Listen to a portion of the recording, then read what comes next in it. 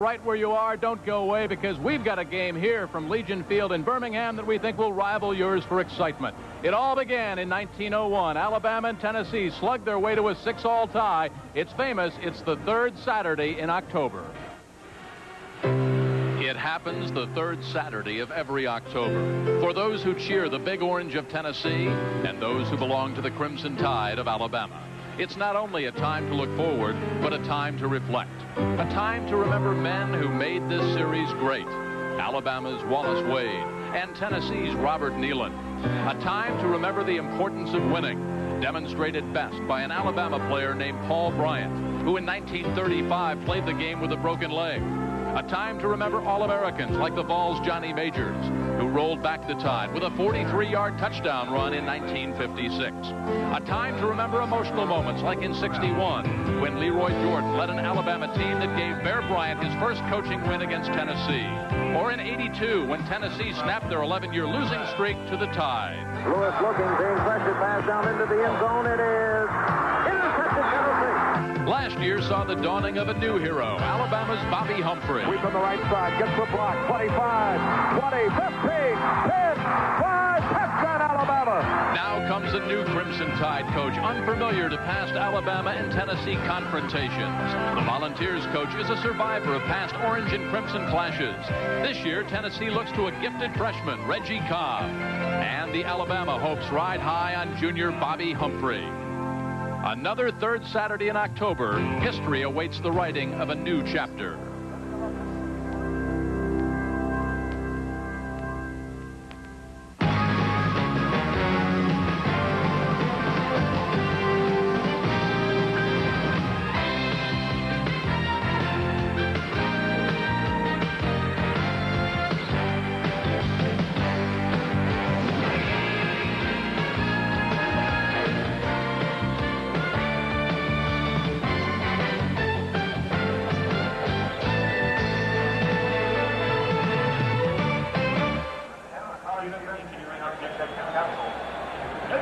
In the past, Tennessee has been led by General Robert Neyland, Bowden Wyatt, and Bill Battle. The Crimson Tide faced by Wallace Wade and the legendary Bear Bryant.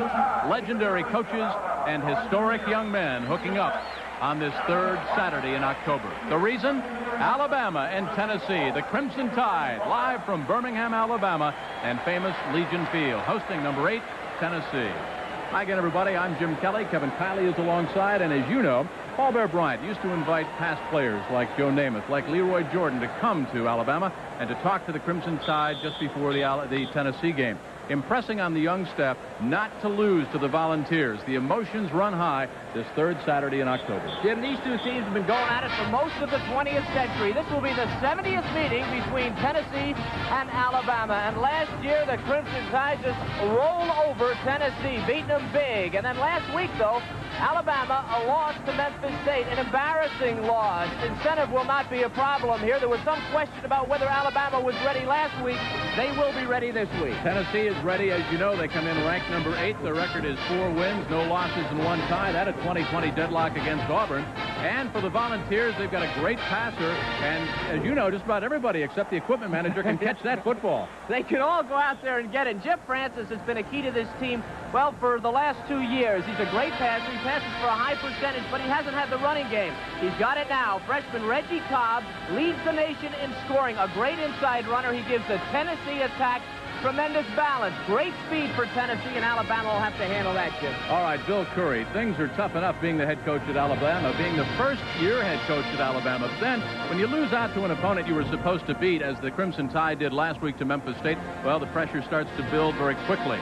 Featured article in a national newspaper yesterday. They highlighted some of that pressure, but that's not the only problem for Bill Curry. He's got a young, injured squad and an untested freshman quarterback. Well, Bill's a good guy, and he's had some bad breaks, Jim. He's had problems with injuries, and the quarterback situation is difficult. I think that's a kind way of putting it here at Alabama. They lost David Smith. He started the year. Vince Sutton has an injured shoulder. Today it'll be Jeff Dunn, the third-string quarterback at the start of the year. Now, here's a kid who's only thrown 7 passes in his college career. And Alabama has got to throw the ball because the load has been put on the shoulders of Bobby Humphrey, the Heisman Trophy candidate. And frankly, it's a tough load to have to run the ball when the passing attack isn't doing well. Defensively, they've lost their 2 inside backers to injury. They'll go with 2 very young players. Tennessee will test Alabama inside today. All right, partner. Alabama lost out. Alabama won last year, ending a 4-year losing drought. But the Crimson Tide has not won here in Birmingham since 1981. Let's go back to the studio. Here's Tim. All right, Jim and Kevin, thank you very much. Let's quickly bring you up to date on the big games in college football today, beginning with Penn State and Syracuse. That game, a final, of course, and an outstanding win today for the Orangemen, 48-21. 17 years it had been since they beat the Nittany Lions. Oklahoma rolling today over Kansas State, 59-10. They were a 56-point favorite over the Wildcats.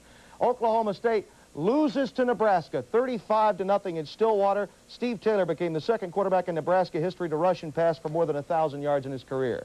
Auburn, 20-10 over Georgia Tech, but they trailed with 35 seconds remaining in that game, and a touchdown pass from Berger to Lawyer Tillman was the key in this game.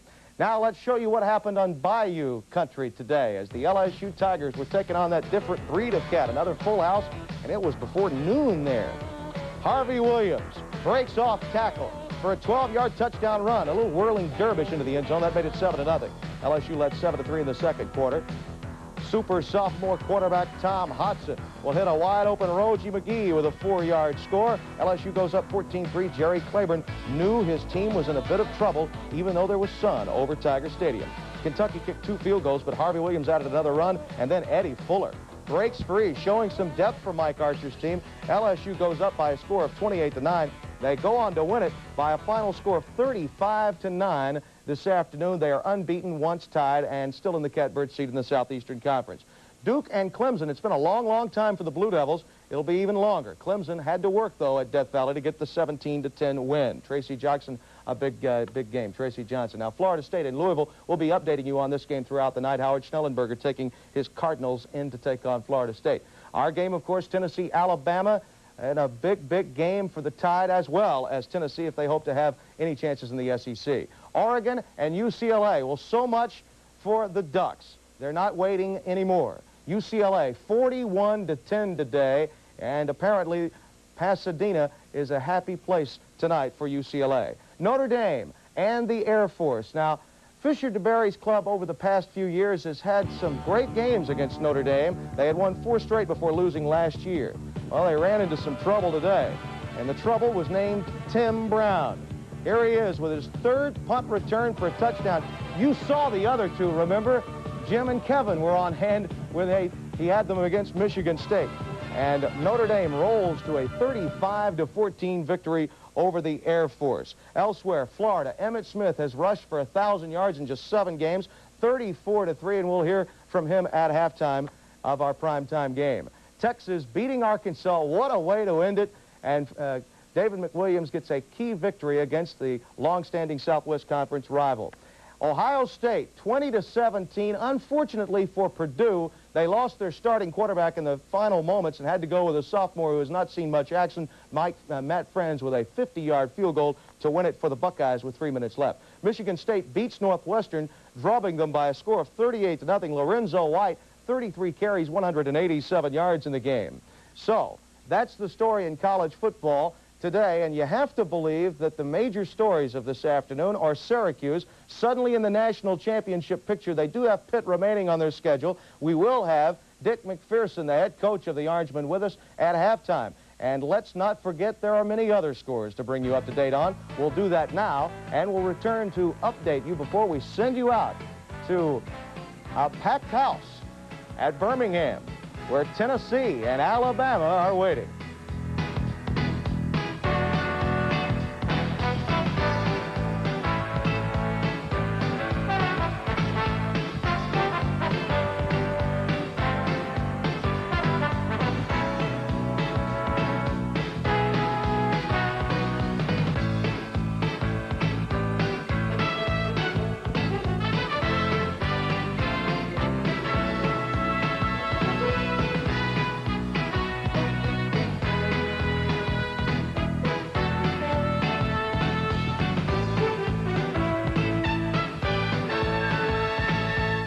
great American face. Strong, sensitive. The Great American Razor, Actra Plus, solid, with the Luber Smooth Strip for extra protection. The Great American... We're back at Legion Field here in Birmingham, and it's the 70th confrontation. Alabama and Tennessee. There have been 7 ties, starting with the first one back in 1901. Johnny Majors, the head coach at Tennessee, 52 years of age. He's in his 11th year as the head coach of the Volunteers, the 20th year as the head coach overall after stints at Iowa State, Arkansas, Mississippi State, and, of course, Pittsburgh. He won the national championship with the Panthers back in 1976. And Bill Curry, who will be 45 years of age next Wednesday. Bill, in his first year at Alabama, and, of course, the spirit here at Alabama, they had, Kevin, 32,000 for the Alabama game in spring practice. That's a tough place to coach for anybody. Bill's gotten off first to a great start against Penn State, beating a team easily that they thought would be a real dogfight. And then, of course, last week the problem with Memphis State. Alabama is not like other teams and other places to coach in the country. It's a very difficult place. The fans are into this. They watch your every move, and you need to be successful at Alabama. There is number 35, Kerry Good, who averages just under 18 yards. Bobby Humphrey was number 26. And they're on their feet here at Legion Field. It is a sea of orange and white and crimson and white. The kick is a line drive kick into the end zone where Humphrey will go down on one knee. So let's meet the Crimson Tide offensively. Pressure on for the young man, Jeff Dunn. He's only tried 7 passes this year, but they like him. They say he's a good one. Heisman candidate, Bobby Humphrey. He's having a big year. He's a tremendous player. And Allen, a good blocker. The receivers, they need to get into this game. Cross, a great blocker, an excellent receiver. They have to get the ball to these guys. The tackles, Bentley and Chapman, very talented Chapman, but raw, and the middle 3, Condon is a great player. Rose maybe the best. Allen is the fullback. Humphrey in the tail of the tandem as Jeff Dunn, the freshman, takes the first snap. Play action fake. Dunn rolls to the right, pulls it back down. A pickup of 2, second down and 8. Tackled by Mike Kelly as we meet the Volunteers defensively. And anchoring that middle 3, Brian Hunt. He's a big play guy. He's been out most of the year. This is a very solid front. The linebackers on the outside, Miller and Kelly, more physical than last year. Strong players. Inside, DeLong, excellent. Kelly, Ziegler, the leading tackler, a good player. Secondary, the corners, world-class speed for McDaniel. Peppers is a hitter, a little guy, and the safeties are excellent, too. It's a good defense. Spotted at the hash mark on the right side. Same formation. Crossed wide out, bottom of your screen. Bobby Humphrey explodes across the right side. Blocking by Bill Condon and Terrell Chapman, and Keith DeLong, the junior out of Lawrence, Kansas, 6'2", 212 on the stop. Humphrey goes into this game only 129 yards short of Johnny Musil's all-time Alabama record for rushing yardage. He's a big play guy, but a lot of the responsibility for the offense has fallen on his shoulders because the passing game has not been as good as it should be. They need to establish the passing game tonight. And an official's timeout. The clock is stopped. We're in the first minute of play. 14-16 left to go. The ball at the 27-yard line. And a little conclave, as a Tennessee native, Lindsey Nelson, would say. Jimmy Harper is our referee this evening. And this is the first night game. We talk about this being the 70th confrontation between the Crimson Tide and the Volunteers. This is the first one, Kevin, under the lights. And it certainly didn't hurt the enthusiasm. This is my first Tennessee-Alabama game in Birmingham, and these people are wild, and they are into this game. How about the scene outside the stadium? All you could purchase are T-shirts and sweatshirts for Tennessee and Alabama, mugs, all sorts of memorabilia, and it started about 2 miles from the stadium. On 3rd and 3. Dunn, the freshman, up to the 42-yard line. Out of Greensboro, North Carolina, good speed and acceleration for the youngster, 6'1", 200 pounds, and the first down of the ball game. And that's a great call from the Alabama coaches. Remember, a youngster, not a whole lot of passing experience. They go with the option. He decides to keep it, and he's up in that alley on the Tennessee defense. The Tennessee defense is very active. They stun a lot. If you catch him in a stunt, you can break a big play. Whitehurst wide to the top of the screen. Battle wide left. 1st and 10 for the Crimson Tide.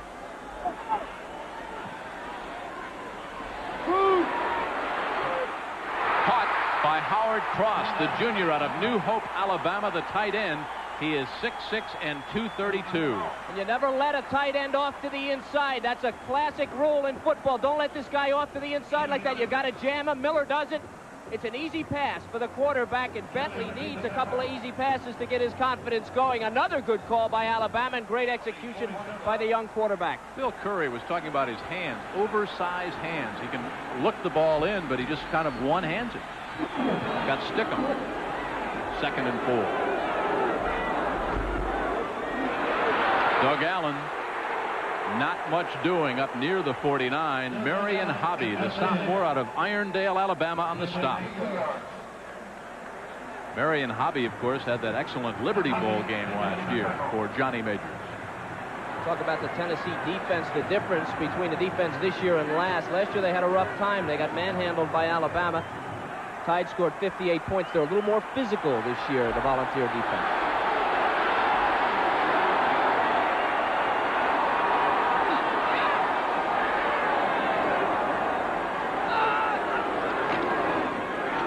Dunn will keep it. All he needs is 2 yards. He's got it.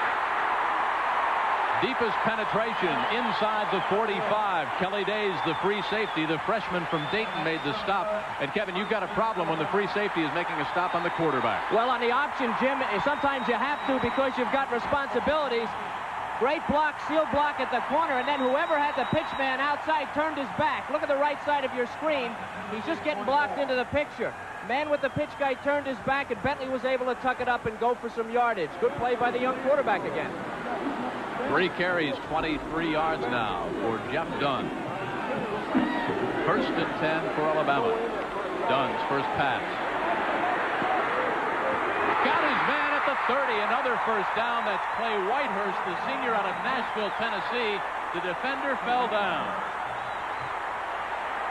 Pressure by Richard Cooper, number 77. Dunn unloaded. But Bill Curry talked about the aggressiveness, the guttiness of this young freshman. He's a fighter. Yeah, he said he was like a linebacker, that if he threw an interception, he'd try to tear your head off on the tackle. He's that type of player. He'll come at you. Motion by Cross now. He lines up on the left side. There goes Humphrey. And he's down at the 27-yard line. Keith DeLong on the stop. You watch Alabama, they like to run to the tight end, who is Cross. Now Cross trying to block Miller. Miller's got good position, gets his hands on him. He's able to get in on the tackle. What he did, he didn't really make the tackle. What he did was hold up Cross and stop him from creating too big of a hole. That was a good play by Miller. There are the stats on Bobby Humphrey last year against Tennessee. He averages over 5 and 5.7 yards per carry this year. Penalty flag to be checked out. 11-11 left to go in quarter number 1. The Volunteers have not touched the football. Dead ball. Ball start. Movement in the offensive line. So instead of 2nd and 6, it'll be 2nd and 11. There is Bill Curry, who broke out a new sweater for tonight's game. You can see it in his eyes over there. That Memphis State loss. You know, I'd hate to play Alabama the week after they lost to a team that they felt they should have beaten. I don't care who's coaching. The fans in this state will get you up for a game, especially under those circumstances. Stafford and Battle to the top of your screen.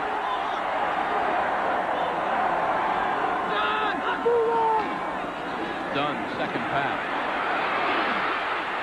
Will dive down to the 32-yard line. So he loses a yard. It'll bring up 3rd and 12. Darren Miller, the senior out of Flemington, New Jersey, on the stop defensively for Tennessee. And he had Marco Battle was clearing, running on a post pattern. He was clearing the secondary. Jeff Dunn just didn't have time to pick him out of there, but I know he'll go back and tell him. He was open deep. Doug Allen checks in now. He sends in the play, and there are 6 defensive backs in for Tennessee. Kelly Days, Tony Nelson, Andre Kramer, Victor Peppers, Terry McDaniel, and Cedric Klein.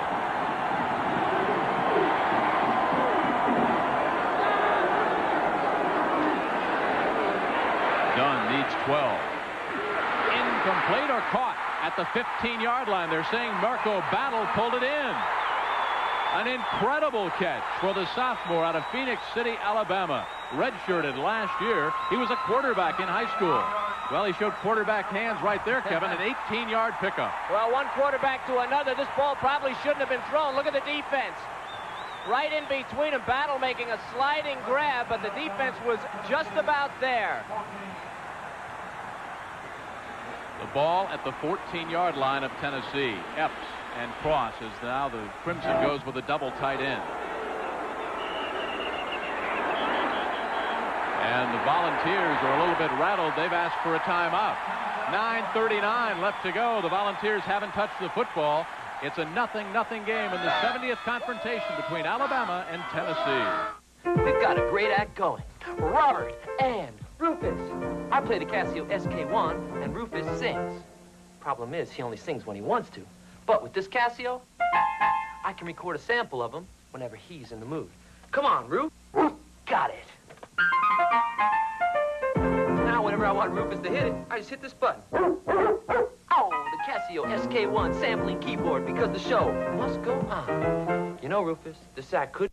All smiles on the faces of the Crimson fans as the initial penetration now down to the 14-yard line.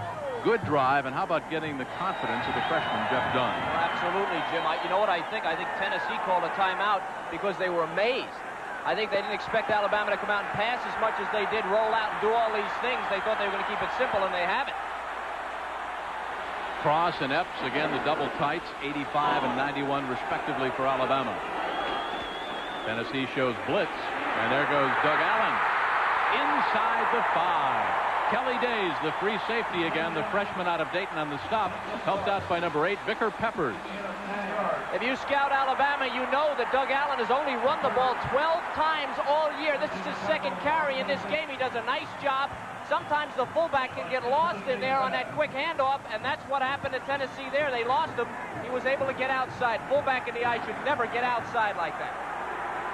This is the 12th play of the drive. 2nd and 1 from the 5.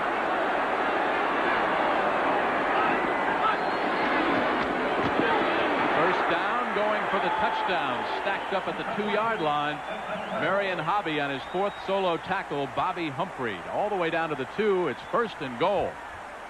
Humphrey, the leading scorer on this team. That's no accident. He's got good blocking. His fullback tandem of Allen and Wright, considered last year the best tandem fullback combination in the country. You can look for Humphrey in some way to try to pound it in for Alabama. If I'm playing defense, that's what I'm looking for. Doug Allen, 46, John Wright, 40, and Bobby Humphrey, 26. Full house backfield.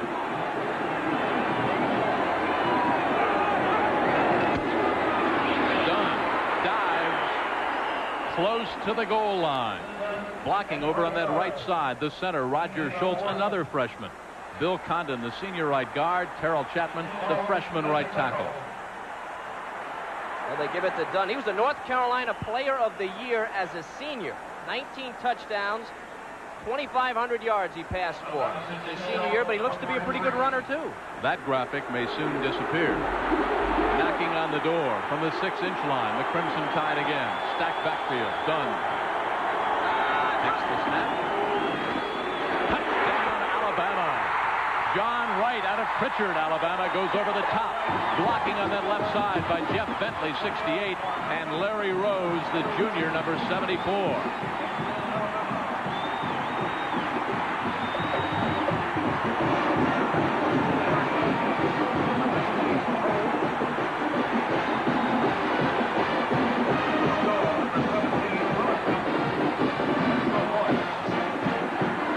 There is Philip Doyle.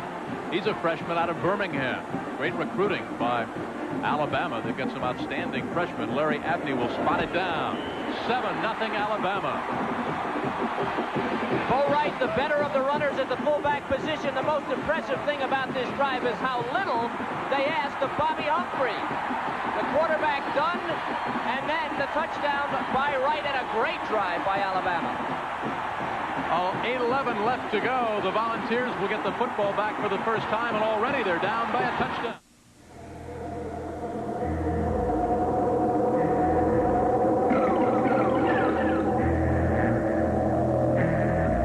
Kevin Kiley is alongside, and welcome back to historic Legion Field here in Birmingham. It didn't take very long. 6 minutes and 49 seconds was a long time if you're playing defense for Tennessee. That was a drive you expect out of a senior quarterback, and that's not what we had in there. We had Jeff Dunn, a redshirt freshman. What a job. There is Reggie Cobb. Alan Ward set to kick it off for Alabama. Cobb, who averages almost 23 yards on kickoff returns, won't get it this time. Penalty flag down as it goes out of bounds at the 27. It's an interesting choice. I think they have a choice whether they want to take that or not. It's on the, I haven't seen one that short in a long time. I don't know that Tennessee might not want to just take it. Doesn't look like it. It looks like 5 yards will be assessed against Alabama. On that last drive, by the way, Dunn, the freshman quarterback, ran for 23 yards, and he was 3 for 3 passing, Kevin, for 38 yards there. So 61 yards total offense for the freshman quarterback. Well, they talked about their young quarterbacks. Procedure on the kickoff, they will re-kick it. They talked about the young quarterbacks, Dunn and Billy Ray. Both have great talent, but of course, Bill Curry also talked about the fact that you need to know what to expect from your quarterback. And in the case of young players like this, he doesn't know what to expect. Maybe that drive early in the game gave him a little insight into what kind of player Jeff is. Well, you saw that sideline shot of Bill Curry, who told us the other day at practice that you never really lose unless you accept it. The Crimson coming off that Memphis State upset. Alan Ward will spot it now. Hash mark near side at the 30 after 5 yards has been walked off. And Reggie Cobb, 34, is still back deep. He cheats up a little bit near the 7-yard line, but this one is airmailed back to the 5. Reggie Cobb near the 22, gang tackle. Let's meet now the Volunteers offensively. Jeff Francis, not a great arm, passes for a high percentage, but very, very smart. And a good look at the man, Reggie Cobb. He's setting the rest of the SEC on their ear. He's the leading scorer in the nation. Receivers, they're burners. They can fly, and Francis can get him the ball. Look out for all three of these guys. The tackles anchor what may be the best Tennessee line in a long time. And the two guards, Galbraith and Bruin, maybe the best in the nation as a tandem. Francis gives it to Reggie Cobb, the tailback. Not much doing. A pickup of 1 2nd and 9 as we meet the Crimson defensively. And Alabama thin as far as linemen go. Willie Wyatt, the leading tackler on the team, that's kind of a surprise. Cole is starting for the first time, as is Brown starting for the first time at his position. Rockwell, a steady player. The inside backers, here's why they have problems. These two guys are very young. Alvin Harper, the freshman out of Frostproof, Florida, checks in, number 81, along with Keith Davis, the junior out of Nashville. Quick snap. Up near the 25-yard line for a short gain goes William Howard, the senior out of Lima, Ohio.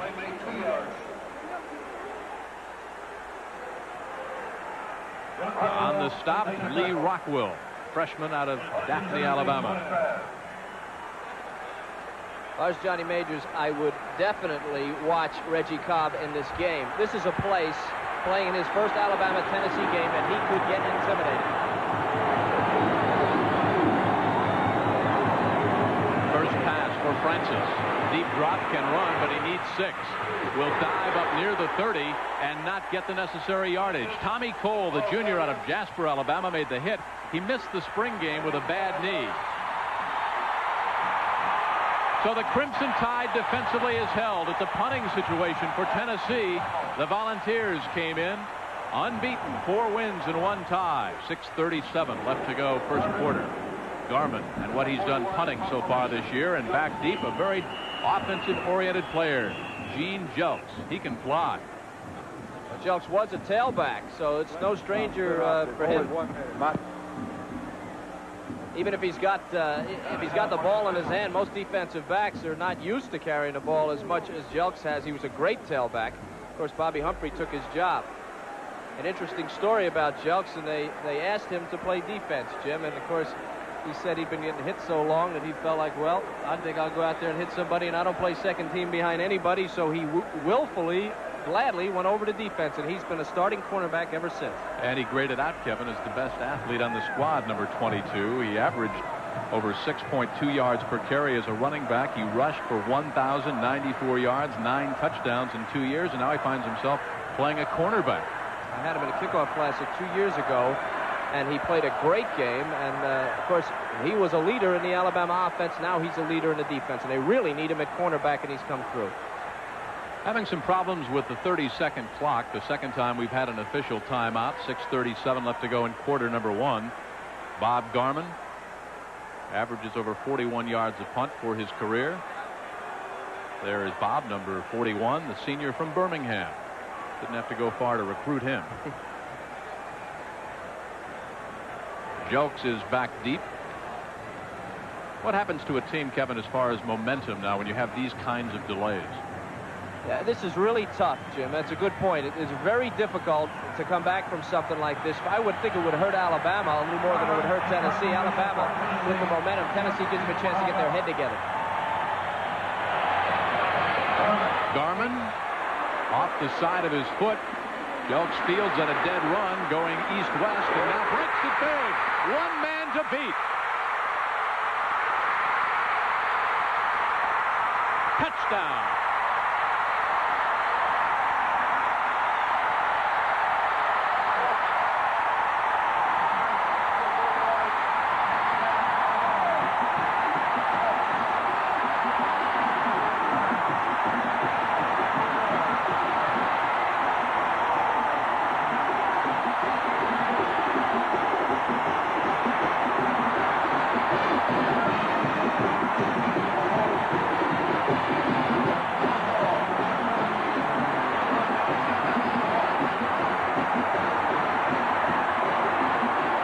A 36-yard punt, a 64-yard return, and Johnny Majors' team digging a large hole. Abney will spot it down. Doyle will kick it through, and it's good. Well, we said he was the team's best athlete. A running back who recognizes a seam when he sees one. Look at him put on the brakes. Go right through that seam. He's directing traffic a little bit here. Interesting, team speed was supposed to be Tennessee's major benefit in this game. It was Jelks, though, on his punt return that outran the special teams and got in. And I cannot tell you how big a boost this is to the Alabama team. Johnny Majors comes in unbeaten, but now with 6:37 left in the first quarter, he's down by 2 touchdowns. Want to hear a good idea? A postage meter you can refill by phone. Jelks was the first ever for Alabama to rush and receive for 100 yards in the same game. Takes a lot of courage to take a man who's that offensively oriented and make him a defensive back, but that's what Bill Curry has done. Reggie Cobb will watch this one go into, or no, it's out of bounds at the 1. So Alan Ward will have to reload again. Going back to Jelks for just a second, Curry told us at practice the other day that Gene went to him and said, he'd like to do what's ever best for the team. You know, he said his most admired man was actor Billy D. Williams. Gene did. He gets the Academy Award, right? He goes 64 yards and says, give me some oxygen. Well, I kind of like Billy D. myself.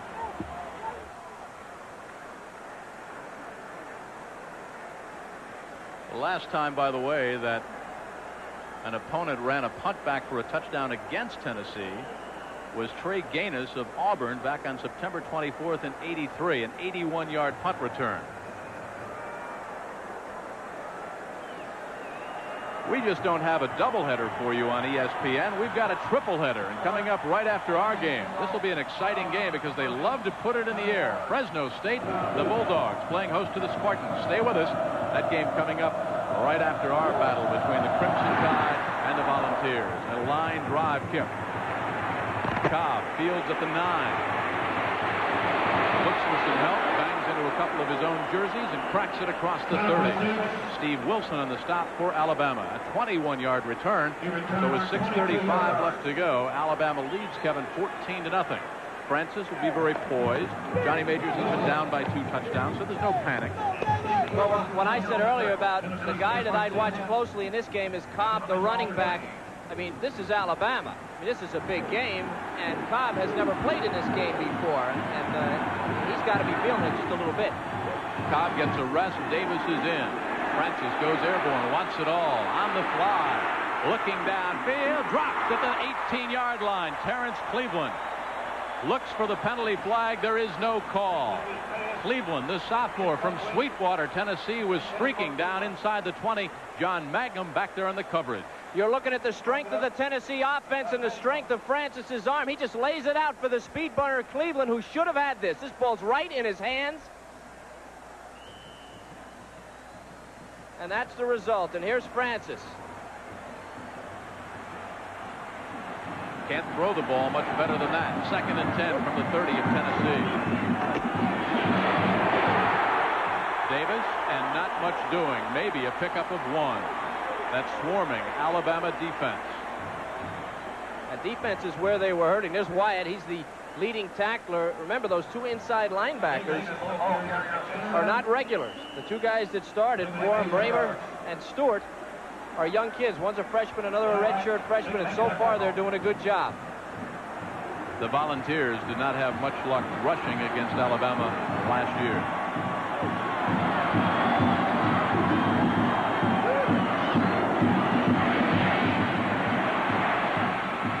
Woods out of bounds.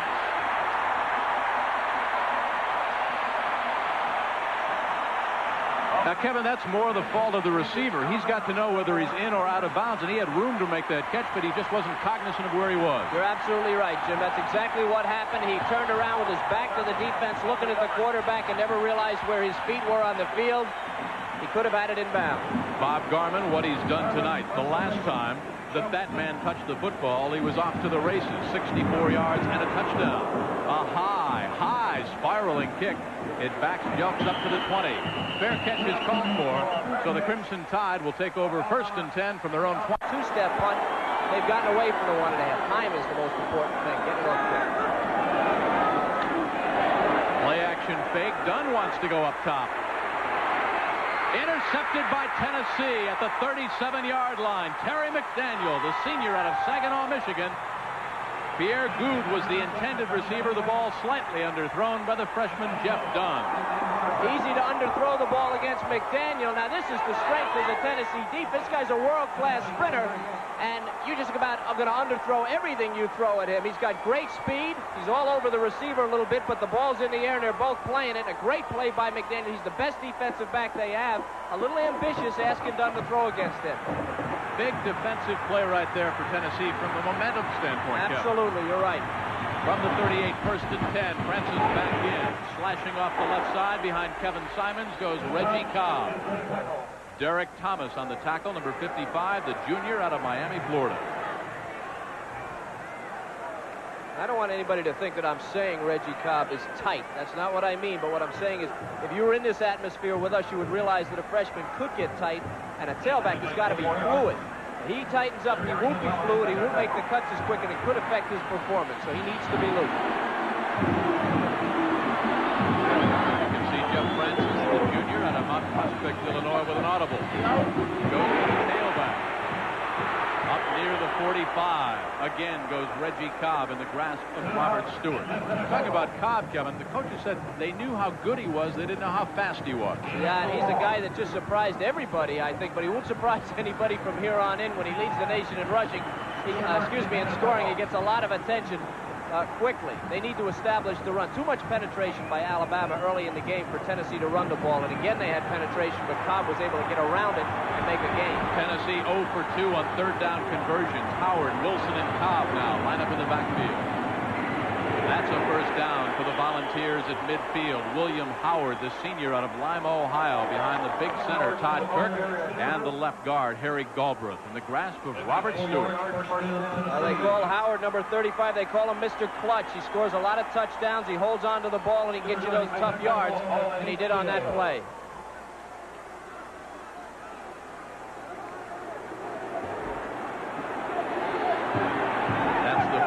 First down for Tennessee. They're at midfield. They're down by 2 touchdowns. Francis will pump it up.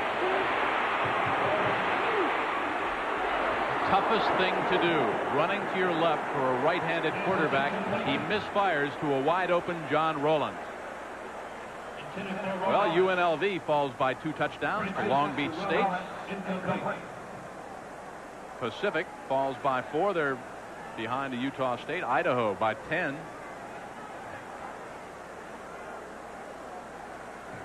There is Francis looking at a 2nd down and 10 from the 50-yard line. Woods wide to the left. Moore comes to the bottom of the screen along with Dwyer. Tripped up at midfield and falling forward for maybe a yard, and Greg Gilbert submarined him down low, the junior out of Decatur, Alabama. One of the great offensive guards in the country, number 76, Harry Galbraith for Tennessee. He's a horse, 6'1", 267 pounds. Again, number 76. You see his back as he turns the player. And in fact, it was Cobb that tripped over his foot probably and went down. They need 8. Blitz. Francis reads it and unloads. Penalty flag is down, as is Thomas Woods. Now he is down at the 39. So if the penalty is against Alabama, it'll be a first down. Jelks on the stop. Holding Tennessee.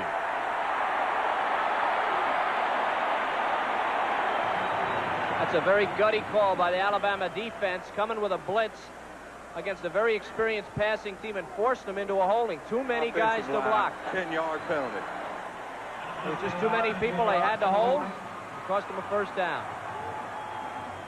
Yesterday, Kevin, Johnny Majors told us a couple of keys to the game. He said they had to be physically domineering against Alabama, could not have too much confusion in the backfield, needed a consistent passing game. Those were the 3 things that he was looking for from the Volunteers. This is an excellent passing team. The danger of playing against Francis is the recognition factor. He's very smart, and he'll recognize the defense in a situation as he did there and get the ball to the receiver. How about Keith Davis is in. 3rd and 18. Francis going for the home run. Picked off. John Mangum at the 10. Anthony Miller, the intended receiver, but that one just fluttered down into Mangum's arm.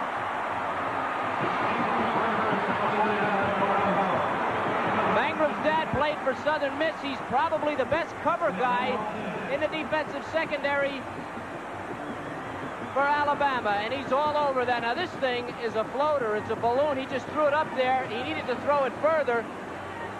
And Mangum in perfect position, right inside the chest, stomach area of the receiver. No place for him to go. He couldn't even get through him to get the ball. Alabama's ball. And if you're a Tennessee fan, as good as a punt. Straight ahead behind Larry Rose, Roger Schultz, and Jeff Bentley goes Bobby Humphrey. Barry and Hobby on the stop. Kevin, you and I were here last night watching a high school game. Bobby Humphrey's cousin playing for Parker. He's got some Humphrey-like moves, doesn't he? He was a good player. Number 40. How about that kid Clayton? I don't know. I didn't get his first name, but I sure saw his arm. He threw a 40-yarder on a line. He threw the ball as hard as Terry Bradshaw or John Elway ever threw in high school. Or Sandy Koufax. 2nd and 7 for Alabama. They lead 14-0. 2 minutes left now in the first quarter. Dunn runs the option to perfection. Tripped up, though, on a fine defensive play. Penetrating Terry Daniel, the left side cornerback. Terry McDaniel. At this point, you have to go back to last year and the beating that Alabama handed Tennessee. Most of that coming in the first half. They surprised them. I'm sure that type of thing is going through the mind of the Tennessee players. Certainly the defense. They took an awful beating from Bobby Humphrey and Alabama. And with a 14-0 score, they've got to be feeling it. Asked Johnny Majors the other day the biggest change he's done within himself as a head coach. Now in his 20th year as a head coach, his 11th at Tennessee. He said he's much more patient than he used to be. Penalty against Alabama. There are the penalties on the night, so it backs Alabama up. They'll spot it just inside the 8-yard line. 2nd and 12. Pierre Gould, number 2, gets in. Wide receiver. Dunn, the freshman, bends in. Hands off to the fullback, Doug Allen. Cracks it at the left side.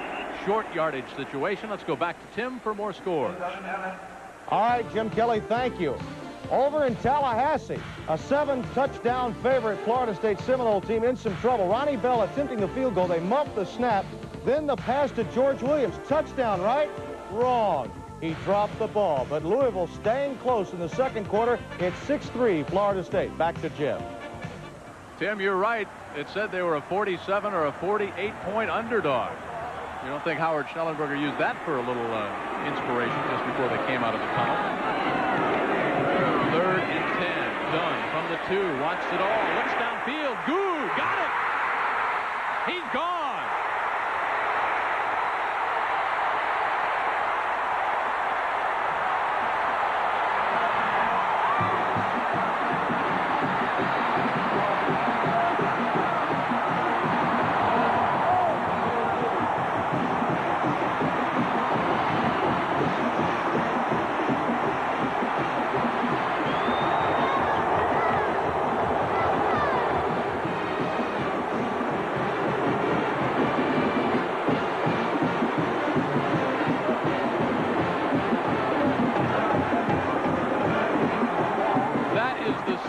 touchdown toss for the freshman right there.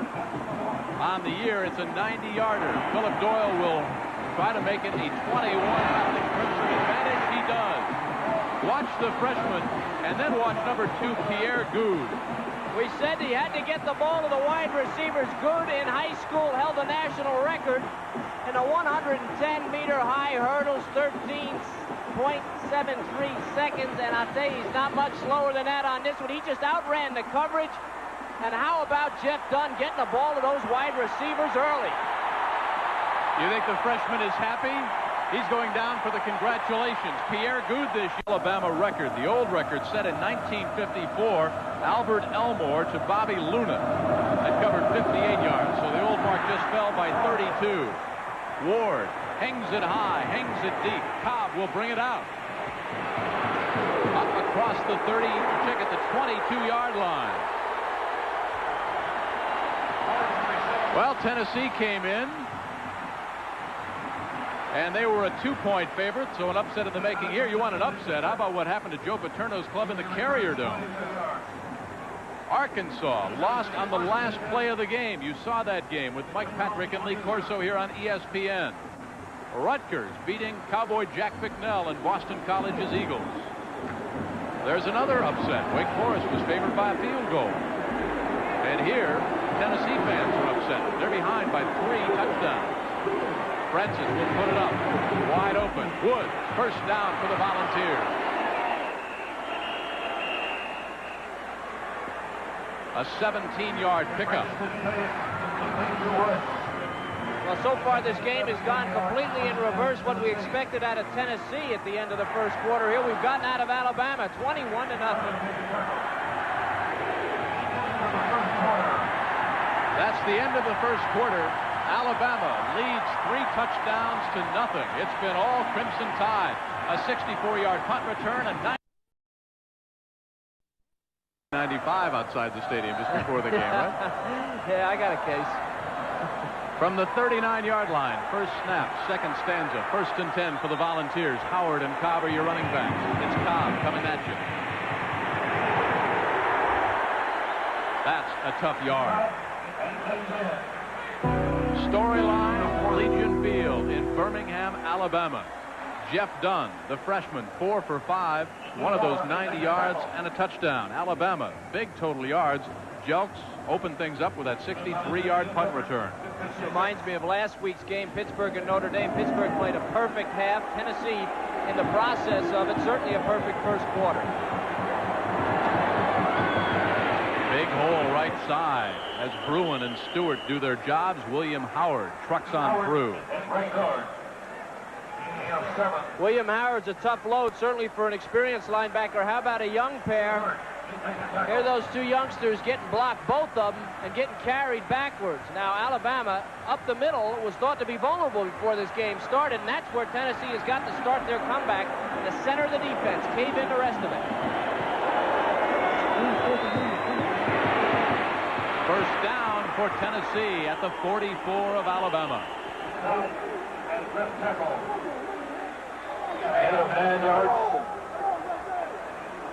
Plenty of time for the Volunteers in this game, but like I said, they have to establish this running game.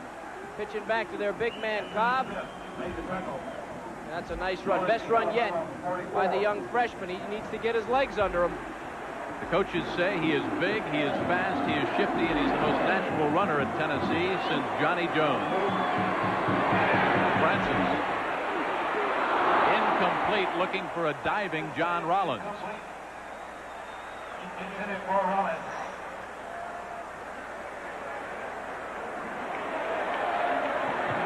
Francis is 6'3", 208 pounds, 68 for 108 so far on the year, 634 yards. There's what he's done tonight.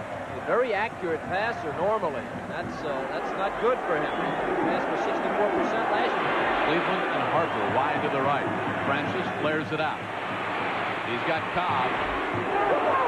Loose football. Alabama at the 45. Penalties, 1 interception, a fumble, and Tommy Cole who missed the spring practice because of knee problems. I can't be sure from up here, Jim, but it looked like he turned to the side just before he was hit. And if he did, that's a mistake. No, he didn't. He was going straight ahead. It was just good defense. Look at all the crimson shirts knocking the ball loose from the freshman, Reggie Cobb. Another turnover. First and 10, Alabama from their own 45. Dunn back in. Bends in, the freshman.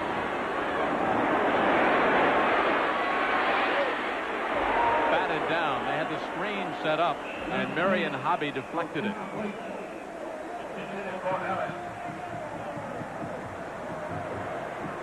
Well, we talked about the greats at Tennessee, General Robert Neyland. Football is composed of nothing except accidents. The great artist could profit from such accidents. Right now, the Volunteers are looking at a train wreck. Yes, this is a place where you like to cause accidents. That's how you benefit from them, and that's what Alabama's doing. You're right. It's a train wreck so far, Jim. Dunn, 4 out of 6, 128 yards, touchdown. Big hole for Allen over the middle. Roger Schultz, a freshman, 6'2", 250, redshirted last year. He's the center. And there's a flag on this one. I think it's going to be a face mask. Somebody reached in there, I think, and grabbed the face mask. You know, Kevin, when you start to make mistakes like that, the face mask, it's a sign of frustration setting in. Well, a lot of times it's a sign of just, that's what it is. It is a face mask on Hobby, and what it is, it's a sign of just desperation, trying to get in there, and when you're not in position to make a tackle, that's when you grab a face mask. When your arms have to do the work, that's not right. You need to get your body in front, and that's why you get a penalty like that. Trent Patterson, a freshman, checks in at right guard. So on that right side, you've got a freshman at center in Roger Schultz, a freshman right guard in Trent Patterson, and a freshman right tackle in Terrell Chapman, and a freshman quarterback. I'd like to be Bill Curry looking ahead at next year. I don't know. I'd like to be Bill Curry looking ahead at the next 3 quarters here today. Whitehurst wide to the right. Battle comes to the near side. And Bobby Humphrey blocking by that freshman right side we talked about. Patterson and Chapman cracks it up close to the 30-yard line. David Johnson on the stop, the junior out of Dayton, Tennessee. Trent Patterson coming out, number 65, helping to create a hole. One of the problems with the Tennessee defense in the past, it hasn't been physical enough, and Alabama manhandling them. Dunn with an audible. I think he just said number 26, you get the ball. Bobby Humphrey gets the ball, stopped by Richard Cooper out of Memphis. What is that, 35 in a row now for Columbia? They're on a roll. Harvard. No problem over Dartmouth. Boy, is it beautiful up in Dartmouth this time of year. Brown bangs Cornell. Navy by 10 against Penn. Princeton beats Lehigh by 1. 3rd and 6. The ball resting just across the 30-yard line. Battle and Stafford are the wide receivers. And a timeout for Alabama. It's been all Crimson Tide. They came in a slight underdog, but they're beating the balls at home.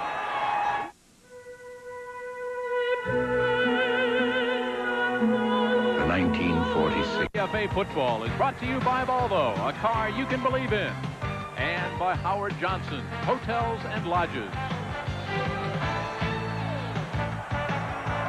Along with Kevin Kiley, I'm Jim Kelly, and welcome back to historic Legion Field here in Birmingham, about an hour from the campus of the University of Alabama down in Tuscaloosa. Where we were the other day, down on Paul Bear Bryant Drive, a lot of history in Tuscaloosa. Battle, top of the screen, Stafford to the near side on 3rd and 6. Blitz. Incomplete at the 25-yard line. Howard Cross, and what a collision there by Kelly Days.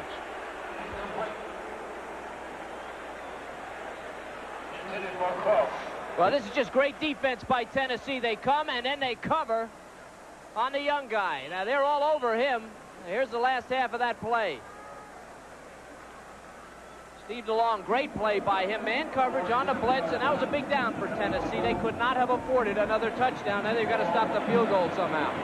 Philip Doyle will try a 47-yarder out of the hold of Larry Abney. On its way, and it looks good.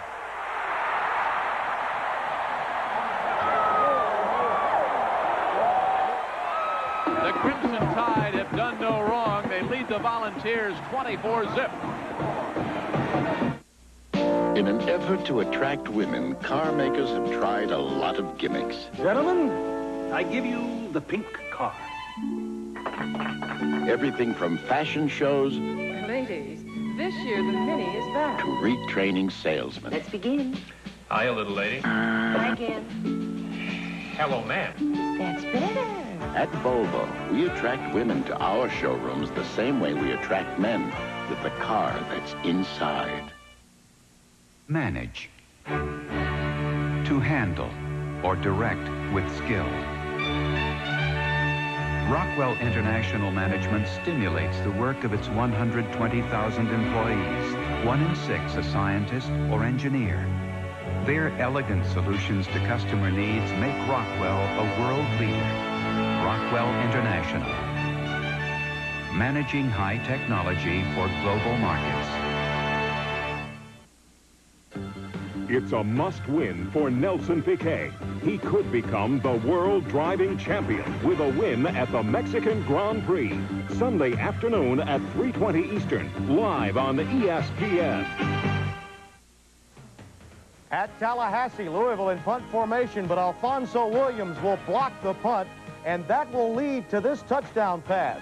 Danny McManus, 26 yards to Herb Gaynor. They missed the two-point try, and right now, Florida State leads Louisville 15-3. Let's get back to Jim Kelly in Birmingham.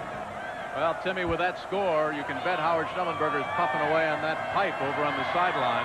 Back here, it is Alabama 24-0. Alan Ward will kick it away. Thomas Woods is back deep now. Reggie Cobb getting a rest on the kickoff team as Ward sends it high and into the end zone and out of the end zone. First and 10, Tennessee at their own 20. That last scoring drive, just over 2.5 minutes, 6 plays, went just 25 yards, and a 47-yard field goal by Philip Doyle that, Kevin, would have been good from about 52. Well, he's got quite a leg. He had kicked one from over 50. Alabama's been perfect, Jim. I mean, they have not done anything wrong. Maybe that one interception, which they were able to hold defensively, but there was some concern last week, and there was criticism in the paper that Bill Curry didn't have them ready for Memphis State. They were ready tonight. Francis, the junior quarterback. Slow developing play, and Francis is down at the 11. Derek Thomas, the junior out of Miami, leads the team in sacks with 7. Just recorded his 8th of the year. Derek Thomas, number 55. Now, he's the guy that was going to replace Cornelius Bennett, left side of your screen. This thing, you said it, it just took forever. Thomas never took his eyes off the quarterback and was able to make the play. Tennessee, it looked just really sluggish on that play. They need to be crisp. If they're going to beat this team, they have got to be crisp. Second and 20.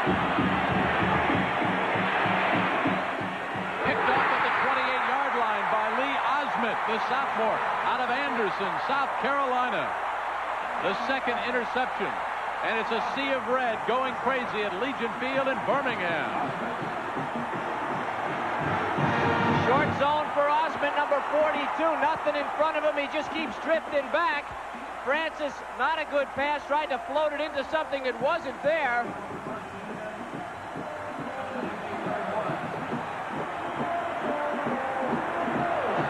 The second interception thrown by Francis. The Crimson Tide have also recovered 1 fumble. 3 turnovers for Tennessee, and they're already down 24-zip. Humphrey is down at the 28-yard line. Kelly Ziegler, on the stop, helped out by Marion Hobby. Sorry, Jim. Last year, Alabama murdered Tennessee on the sweep. They ran the same play 28 times in the game last week, and they go right to the perimeter after the turnover. The book on Tennessee last year was they weren't physical enough at the corners. Sanders getting ready and warming up. May have to come in out of the bullpen. Second and 7. The I-Pro set. Allen and Humphrey are the running backs. Dunn pulls it back down, and he's down near the 25.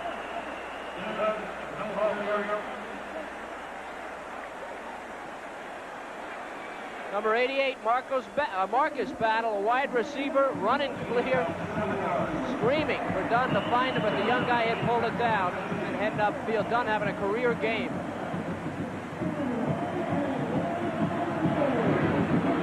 Marco Battle, there he is. Dunn, 4 out of 6 passing for 128 yards. He's rushed 6 times for 27 yards. Third and 4.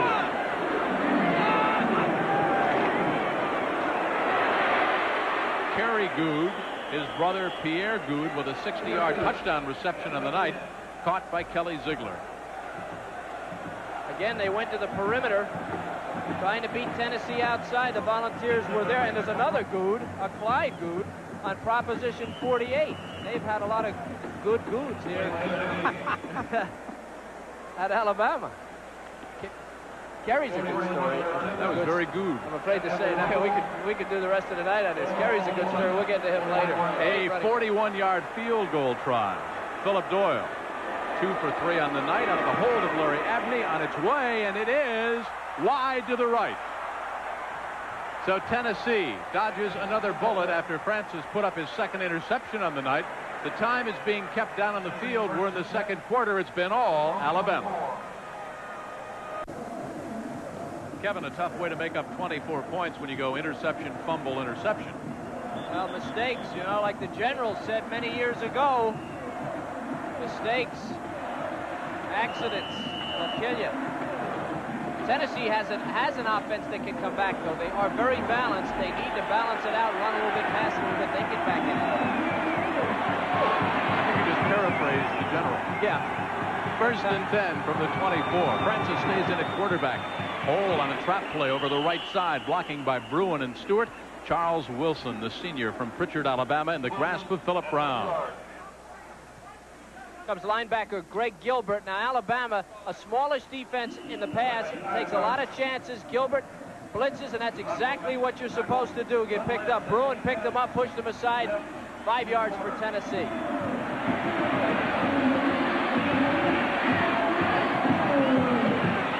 Francis with an audible now. He looks over that defense.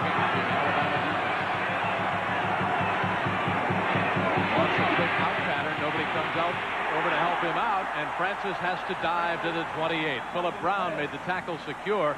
You could see that from up here. That was going absolutely nowhere.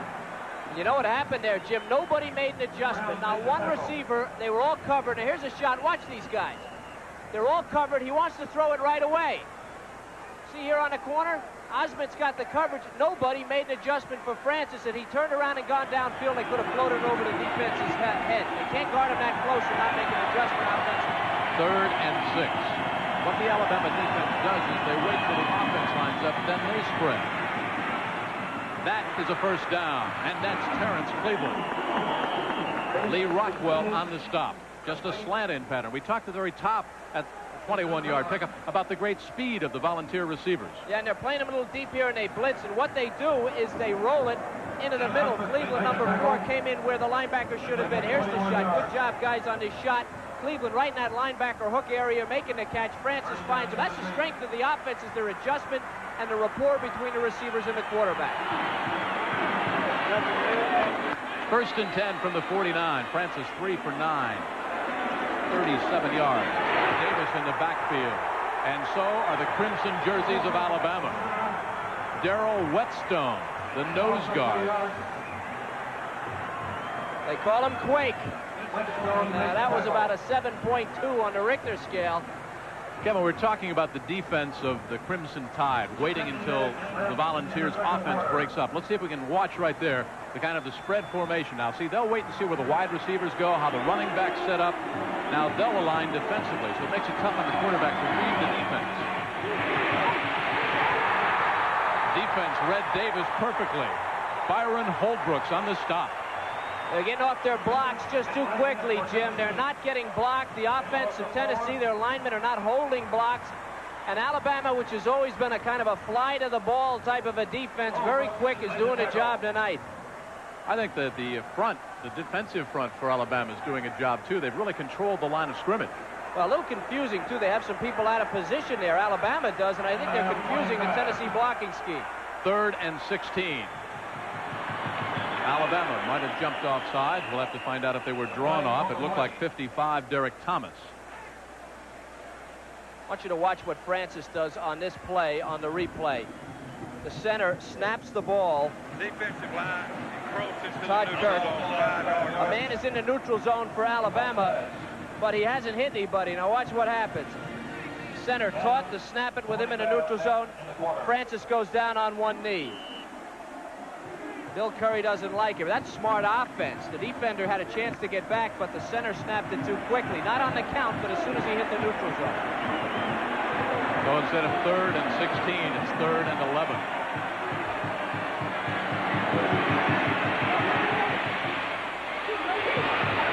On extra effort, Keith Davis will break it for a first down.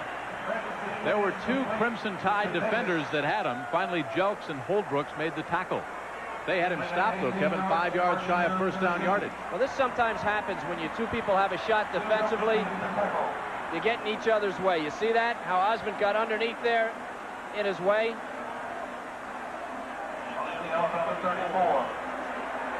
The line of scrimmage, the 34 of Alabama, the deepest volunteer penetration.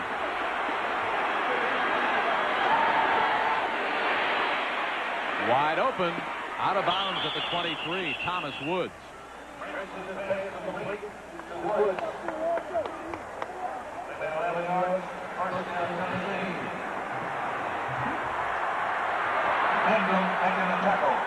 Other scores, Colgate over Army, that's the final. Holy Cross and Gordy Lockbaum big over Lafayette. Or Lafayette now leading Davidson. From the 23, Francis again with an audible after that Crimson Tide defense waits for his team offensively to shut up. There goes Keith Davis across the right side, blocking by Bruin out of Knoxville. 2nd and 7 coming up. Late in the drive, they've got Keith Davis in the game. He was a great running back. 2 years ago, he injured his knee. Number 28.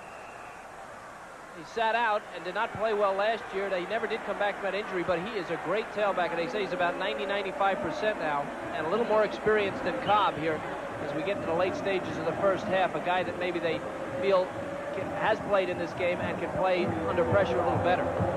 Again, the time is being kept down on the field. They had trouble. There is Bill Curry. If he looks a little bit thinner than when he played pro football, he's dropped 65 pounds. He takes a health sandwich to lunch, and then he snacks on nuts and raisins the rest of the day. He looks terrific. He'll be 45 years old next Wednesday. He should have fur on his tail. He eats nuts and raisins all the time. Scores and highlights, and there have been some major upsets coming up at halftime, including Syracuse coach Dick McPherson, who will talk about what they did to Joe Paterno and Penn State in the Carrier Dome. Wide open at the 13, Charles Wilson out of bounds inside the 5.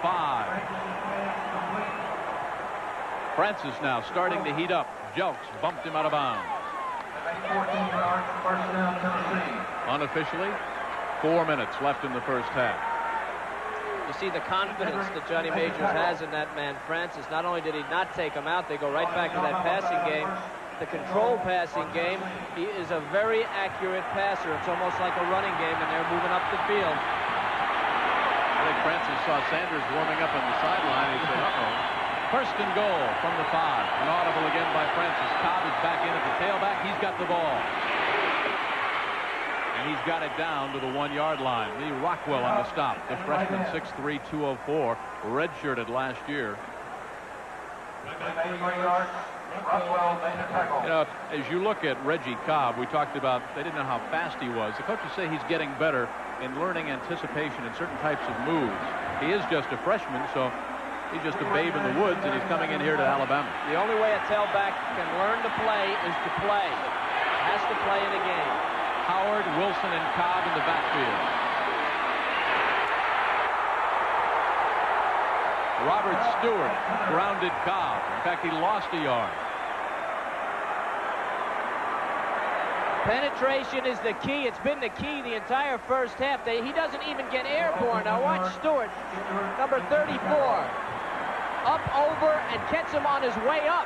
And that's the way to stop a guy. You wonder when you see these guys jump over the line, that's how you get them. You get them before they get off the ground. Less than 4 minutes to go. Alabama leads 24-0, but the Volunteers knocking on the door. Southeast Conference, Alabama and Tennessee.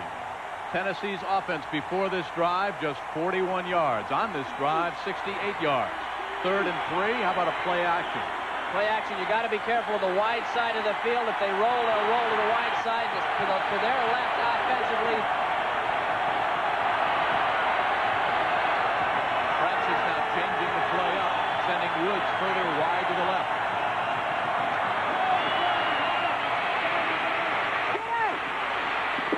Dropped in the end zone. Terrence Cleveland. Now, are you in a 4-down situation, or do you take the field goal? I think they definitely have to get points out of this drive, or they're really going to be down. Talk about emotion. He didn't get great adjustment. Again, Cleveland coming from the other side. He almost hits a lineman who was across the line of scrimmage with the ball behind Cleveland. The receivers really did not adjust that well on the goal line. He had time. Some of those guys would have reversed their field and tried to find an open spot, would have helped them. Phil Rich, 5 for 6, as you saw, out of the hold of Randy Sanders. He's a quarterback. Might be alert for a play fake. Hash mark right side, a 20-yarder is on its way, and it's up and good. So the Volunteers in the final 3 minutes of the first half are on the board. Johnny Majors applauding, but meekly, his team down by 3 touchdowns. Well, they showed a couple of things on that drive, Jim. They showed they could move the ball, which if you're going to talk about anything at halftime and you're going to not sound ridiculous, you have to have something positive to talk about. So they've not been shut out. They have 3 points, and they did move the ball. They know they can move it against Alabama. So you can go into the locker room and talk about those things and get pumped up for the second half. Every Saturday morning at 11:30 a.m. Eastern Time, ESPN kicks off your Saturday with College Football Game Day, the most comprehensive hour in college football. Join Tim Brando and Bino and Kerry Ross on College Football Game Day. Boy, do they have a great show today. Next week, we've got Oklahoma and Colorado, the first night game that'll be played in Norman, Oklahoma. Kevin and I will be there at 7:30 Eastern Time. That should be a great game. I'm going to bring my woolies for that one. Bring some warm clothes, too. Better have Lauren knit some, huh?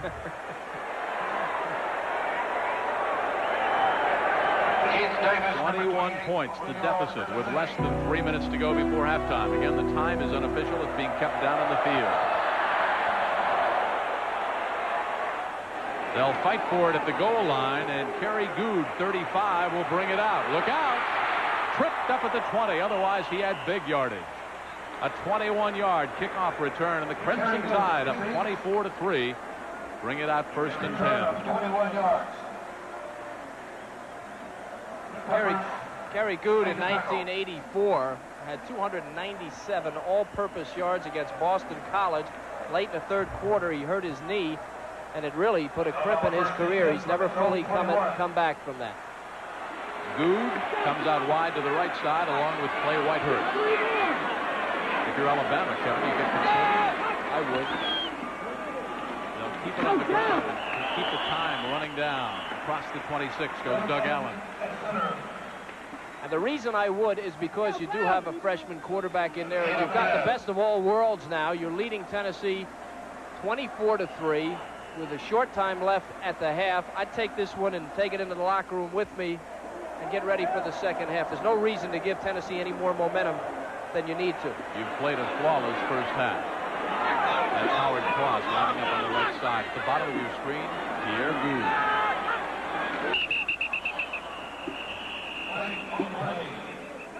Roger Schultz, the center, never snapped the ball. Let's see who jumped offside.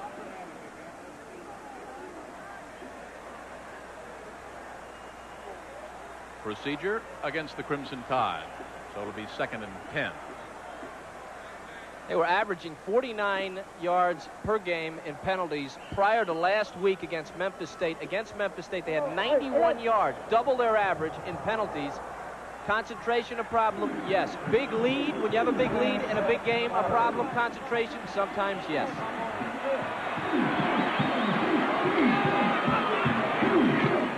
Dunn gives it off to the tailback.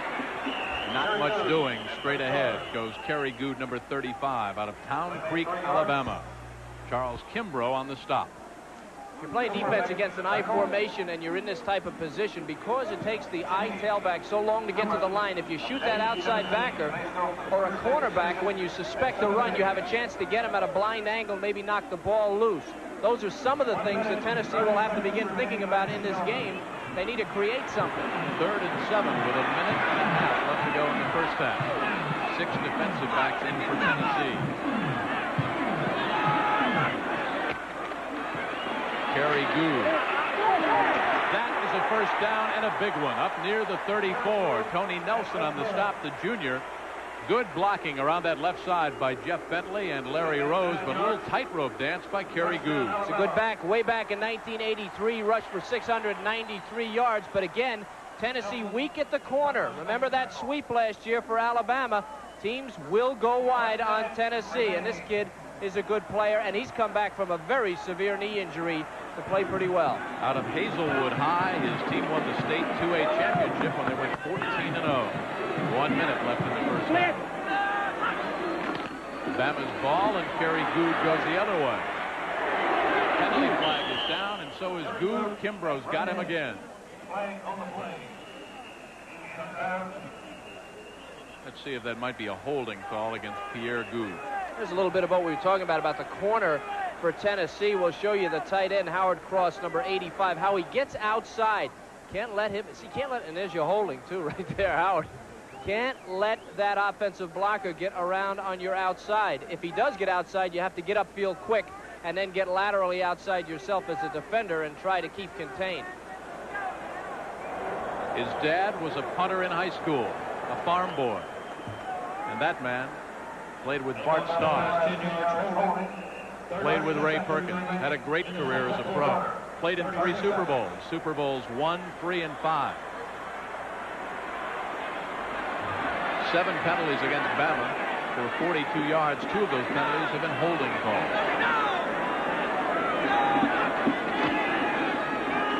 The fullback, John White, who has a touchdown, crosses the 30-yard line. Scores and highlights coming up with Tim Brando at halftime as we approach the intermission. 24-3 is our score. Bama big over the Vols. Talk about Lauren knitting you some woolies for next week. Mr. Wright's going to get his jersey fixed, huh? Lauren is your wife.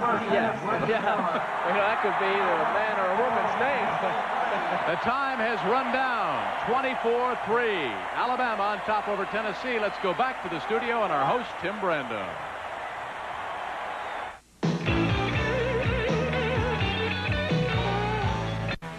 This is college football.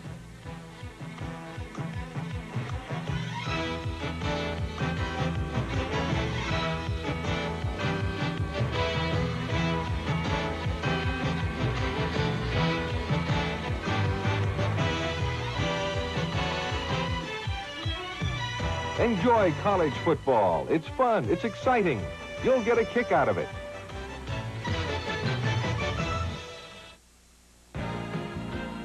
ESPN's Halftime Scoreboard is brought to you by Burger King, where you get juicy plain broiled burgers, the best food for fast time. Hello and welcome, everyone. It's been a very busy day, and let's get right to the big news. And the big news is what's going on at the Carrier Dome. Move over, Jim Boeheim and the rest of the basketball team. You're just practicing now. You're not really playing basketball games. So now the real beast of the East in football, the Syracuse Orangemen. The final score today, they beat Penn State 48-21, ending 17 straight years of frustration against the Nittany Lions. And joining us now live from Syracuse is the happy head coach, Dick MacPherson. And Dick, you were winless in 4 starts last year. Did you ever imagine that you could turn it around this quickly? No, I was just very, very grateful about it, to be honest with you, Tim. And I want you to know that I'm awful glad to be on ESPN. I'm following Donnie McPherson. He was live last week. We happened to watch the show, and so we're just thrilled that Syracuse is getting this exposure by a great network, ESPN. Thank you. We appreciate that. And we've got an identity problem, though, Coach. McPherson and McPherson. You spell the names differently, but the results are the same. And today, I thought the story was really McPherson to Kane. What a dynamic duo they were. Let's show you the first. This one was the first play from scrimmage, and there were 2 in the game. But a remarkable performance by your fine quarterback here, going big to Kane. What's the secret to that combination? How come it works so well today, Coach? Well, I just think that Tommy Kane is a great athlete. In fact, you talked about Boeheim. Jimmy was the one that put us on him. He saw him at five-star basketball camp and heard that he was a great football player up in Montreal. So we went after him. And so Boeheim's a great recruiter. He helped us a lot. You're a real... We actually got him. It came down between the University of Miami and us because Alonzo Highsmith was originally living up in Montreal, and they almost went there together. But Tommy came with us, and we're awful glad about that. You know now, though, you're not a pretender. You're a solid contender for the national championship, but you still have two big games yet before you with Eastern Powers, BC and Pitt. How do you assess your club right now, and are you legitimate for the national championship in your mind? Well, in my mind, Tim, right now we're 6-0, and that's just the best we can be, and that's all we ask for. We're very, very grateful. Next week we got Colgate, which will probably be the last game in the series. It's a very, very big thing here in Central New York, and that's all we're going to concentrate. Our motto all year long has been 6 down, 1 to go, 5 down, 1 to go, and we're going to keep it that way and just enjoy the heck out of it. We don't need all that other talk right now, but we're just going to play. Back to today's game for a moment. Now, everyone said your defense against Blair Thomas. Do you think the key was jumping out to the early lead? Because, in effect, you really took Blair Thomas and the rest of the Penn State running game effectively out of the game when you got the big lead. I really don't think so, Tim. I don't think that Coach Paterno changed his game plan right away. I want to make sure that I think our defense gets credit for that. I think we're good. They think they're good, and I want to make sure that other people recognize that. And I'm just so proud of them. This is the first time we've beaten those people at home since 1965. And I told the people at USA Today that Nittany Lion meat is very, very rare, very expensive. And so we're just going to be very humble about it, very, very grateful, and thank you very much. And we're going to enjoy it tonight. We're going to enjoy it tomorrow. Very, very unusual day. All right, Dick, and congratulations. I know the fans in Cleveland are happy for you as well after being an assistant there. Thanks again. Well, listen, tell Bino Cook that Larry Kimball said to say hello, and also that Bino was here. Yeah. We were ahead of 14-0, then we could beat 15-14. One other thing, Tim, I want to say one more thing, please. We broke the NCAA record today for 200 PATs in a row. Penn State stopped Alabama, and now we got it today, and it's since 1978 we missed it, and I'm very, very proud of that. A lot of great kickers have been involved in it. Okay, Coach. The great orange streak. It's alive and well. Thanks again. Boy, it's great. Thank you. Dick MacPherson, what a happy man he is, and he deserves his moment in the sun. Speaking of moments in the sun, many other teams have theirs. We'll talk about them when we come back with the Burger King halftime scoreboard.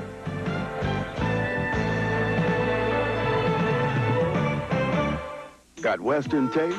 So does Burger King, the new Bullseye Barbecue Burger. 2 flame broiled patties on a Western bun with bacon, cheese, and zesty barbecue sauce. Hurry, this offer's only passing through. Burger King, the best food for past times.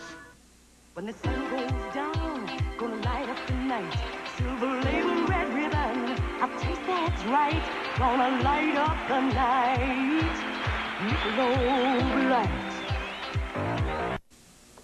Welcome back. Tim Brando with the Burger King halftime scoreboard. Let's get right to it today. Auburn taking on Georgia Tech. This is a great ACC-SEC rivalry that will end after this year, at least on an annual basis. And it was Georgia Tech with the lead until, with 24 seconds left, Lawyer Tillman on the receiving end of this touchdown aerial from Jeff Berger.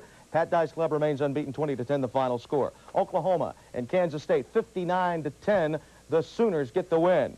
Nebraska, Oklahoma State, 35-0, a shutout for the Huskers today over the Cowboys. Kentucky, LSU, the Tigers win it 34-9. They remain unbeaten. Clemson and Duke, 17-10. The Tigers win at Death Valley, but it was tough. Louisville and Florida State, that game in the third, 18-3. The Seminoles with the lead in that game. And, of course, our game at halftime, Alabama, 24-3 over Tennessee. UCLA today playing the Quack Attack, and the Bruins get the win. They're hopeful of a Rose Bowl shot. That was their home field advantage today. Notre Dame and Air Force, 35-14. Tim Brown with a 73-yard punt return. Elsewhere in college football today, Emmitt Smith had a magnificent performance for the Florida Gators. He had a day of days. In fact, a Herculean performance, because not only did he rush like this, but he also did it while being injured. And he was happy about breaking a record. I feel that a record is going to be broken sooner or later. Somebody else going to come along and do the same thing. Unfortunately, I'm one of the guys that has been blessed to be on a team like the University of Florida and behind a bunch of great guys. The offensive lineman blocked well today, and the defense stopped them and gave us the opportunity to get on the field so we can do the things that we did. And the results, I ended up breaking the 1,000 mark. We ended up winning the ball game. The 1,000-yard record, a lot of freshmen have gotten 1,000 yards, yes, but he did it in 7 games. Not since Tony Dorsett and Herschel Walker has there been that fine a freshman back. They did it in 8 games as freshmen. He did it in just 7 games for the Florida Gators. Texas and Arkansas, remarkable game with an outstanding culmination in the closing seconds. It was our first game of our college football triple hitter. A big, big day for David McWilliams, as well as for Mike Patrick, who was there for the call. 4 seconds left, 4th down.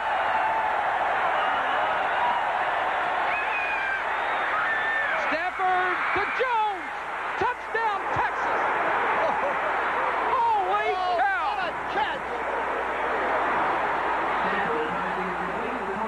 I'll tell you what, thanks to our players, they were able to come back and win that football game. And, you know, I'll tell you what, that had nothing to do with coaching. That had to do with character and desire of our football team. And, you know, I thought we had a little lapse in the second quarter. They really drove the ball on us, and I was concerned because of the ball control that they run. But, you know, I'll tell you, Stafford did a great job of getting us back down there 2 different chances. And I was looking at that 4th down before, and I thought maybe I should have kicked that field goal. But thanks to the players, they overcame a bad call on my part.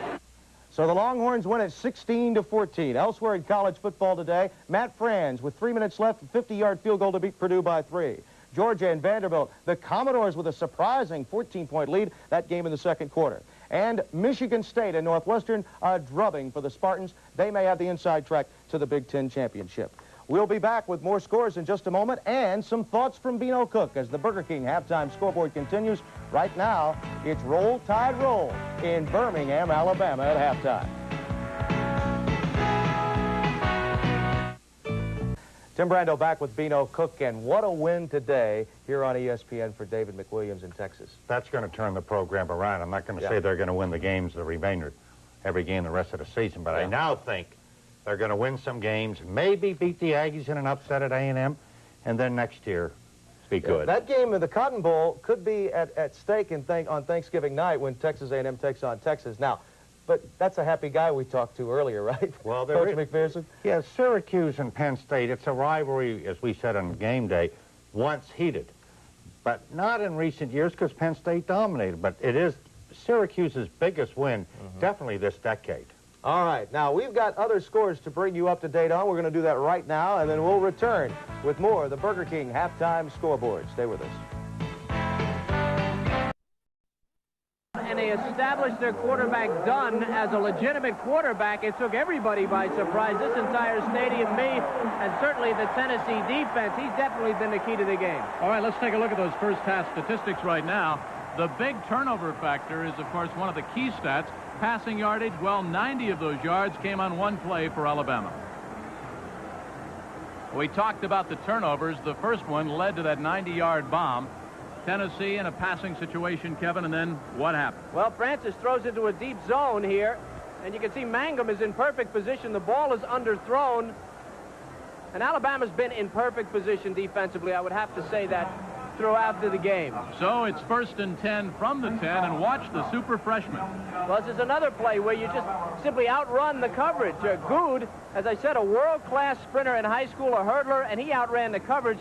But the surprise is that Dunn was right on the mark. He was so accurate and did everything so well in the first. It ran the option, threw the ball, handed the ball off, which isn't easy sometimes. He's just been perfect. And he was the one big question mark for head coach Bill Curry. Now, if you're Johnny Majors, what have you told your squad at halftime? Well, I think you need 3 touchdowns. The first thing you have to start with, I've been in these games before, and the thing you have to start with is you don't give up any more points. So you go to the defense and you say, fellas, don't give up any more points. And then you go to the offense and you try to figure out a way to get 21 points. For Tennessee, that should not be so difficult a task. They have a very balanced offense. I think they need to establish the running game and throw the ball in the hole, over the middle, to the receivers. The only problem with that philosophy, that's what Alabama will give them, certainly. The problem with that is it'll take a lot of time, and time is not something that Tennessee has, being down 3 touchdowns. All right, partner, as you know, it's a great series, and this game is a long way from being over. Alabama and Tennessee, the second half kickoff coming up.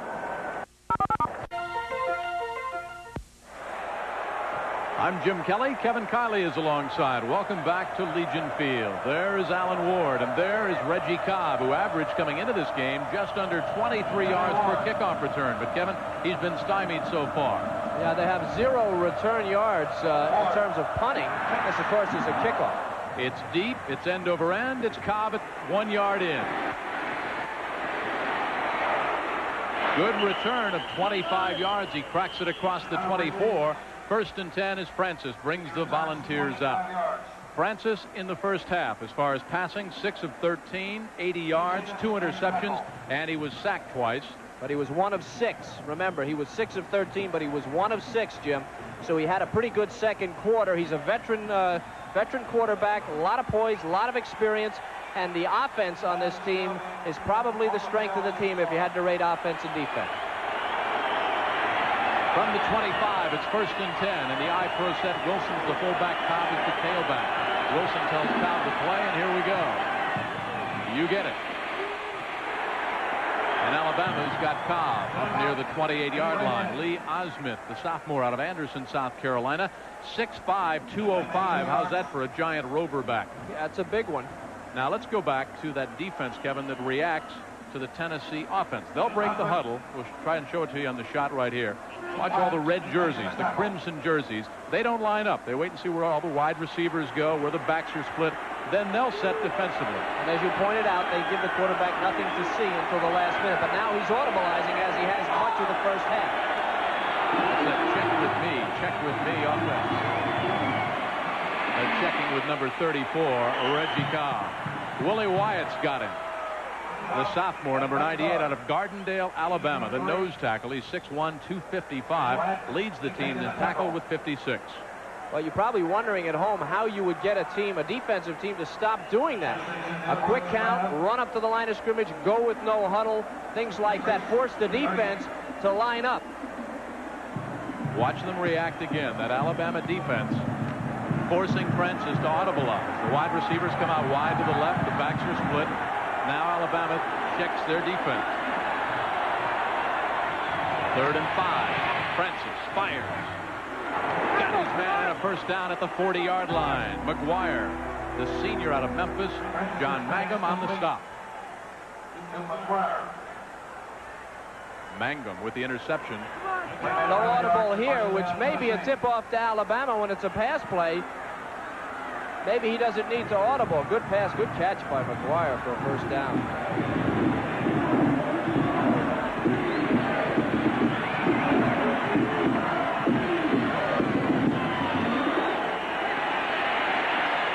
Wide open over the middle. Thomas Woods found the seam and cracked it inside the 40-yard line of Alabama. Francis with a hot hand to start the second half. Got a true freshman in there, Steve Raymer, number 49. Now this is play action. Here he comes, taking a step up. Oops. And now here's this pass I talked about at the half. In the hole. Something that Alabama will give up with a big lead. Generally, if you play a semi-prevent or you're concerned about a quick score, you'll give up that pass. They did. Tennessee took it. Again, the audible by Francis. Split Woods out further at the bottom of your screen. Quick drop. Woods dancing down to the 30-yard line again. There's a pass that I saw Tennessee run to perfection in the Liberty Bowl with Francis and his receivers. And when you have great speed and they play off of you, that thing should be open all day. When you don't have that play, oh, here's your audible. Okay, here's Francis again with an audible. Now he's going to that play. Pat the helmet.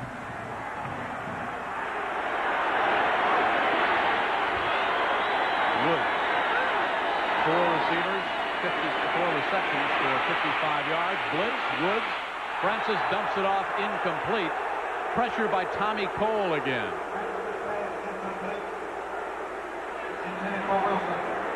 Francis says, let's hurry up. Let's get back to the line of scrimmage.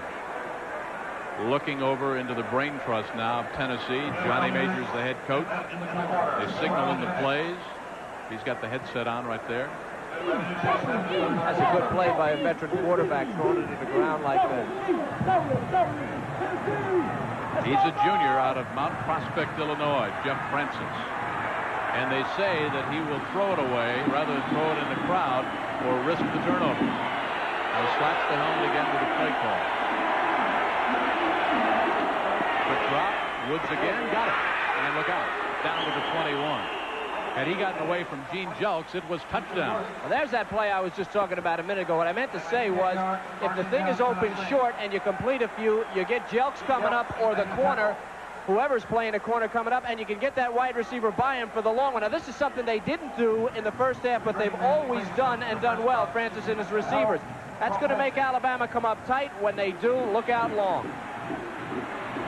Woods now 5 catches, 64 yards. The audible is the backs, Davis and Wilson. Wilson chip. There's the fullback, Charles Wilson. 5 Crimson Tide jerseys around the ball, led by Derek Thomas, number 55. Look what Thomas has done to his jersey. He's tied it in a little bow. Well, number 55 has been a little bit out of position. He's supposed to be an up guy, but he's not. He's playing down. He's only 220. Good strength, good technique, and a good tackle. A little tough to ride that man down, but he did it. Charles Wilson, 210, low center of gravity. Thomas took him down. 2nd and 11 after that loss of the yard. Howard and Cobb are the back. Howard is the fullback, blocking for Cobb. Inside the 20, and Willie Wyatt has him. Wyatt, again, the sophomore, leads the team in tackles. They say he's a Ribs fan. Well, we had some ribs the other night, didn't we? Yeah. Well, by the truckload. I'm a Ribs fan.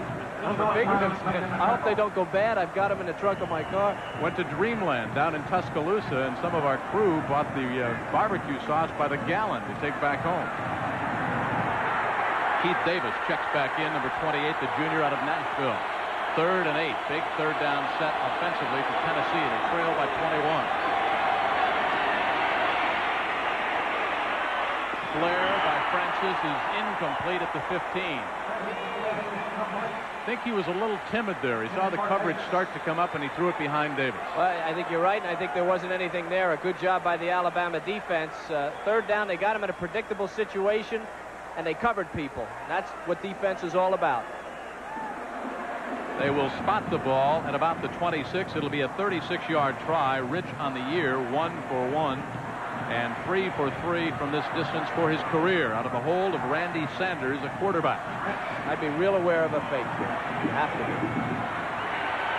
On its way, it's up, and it is good. Tennessee chipping away. It was 24-0 Alabama. The Volunteers fighting to get back into this game. Let's take the timeout.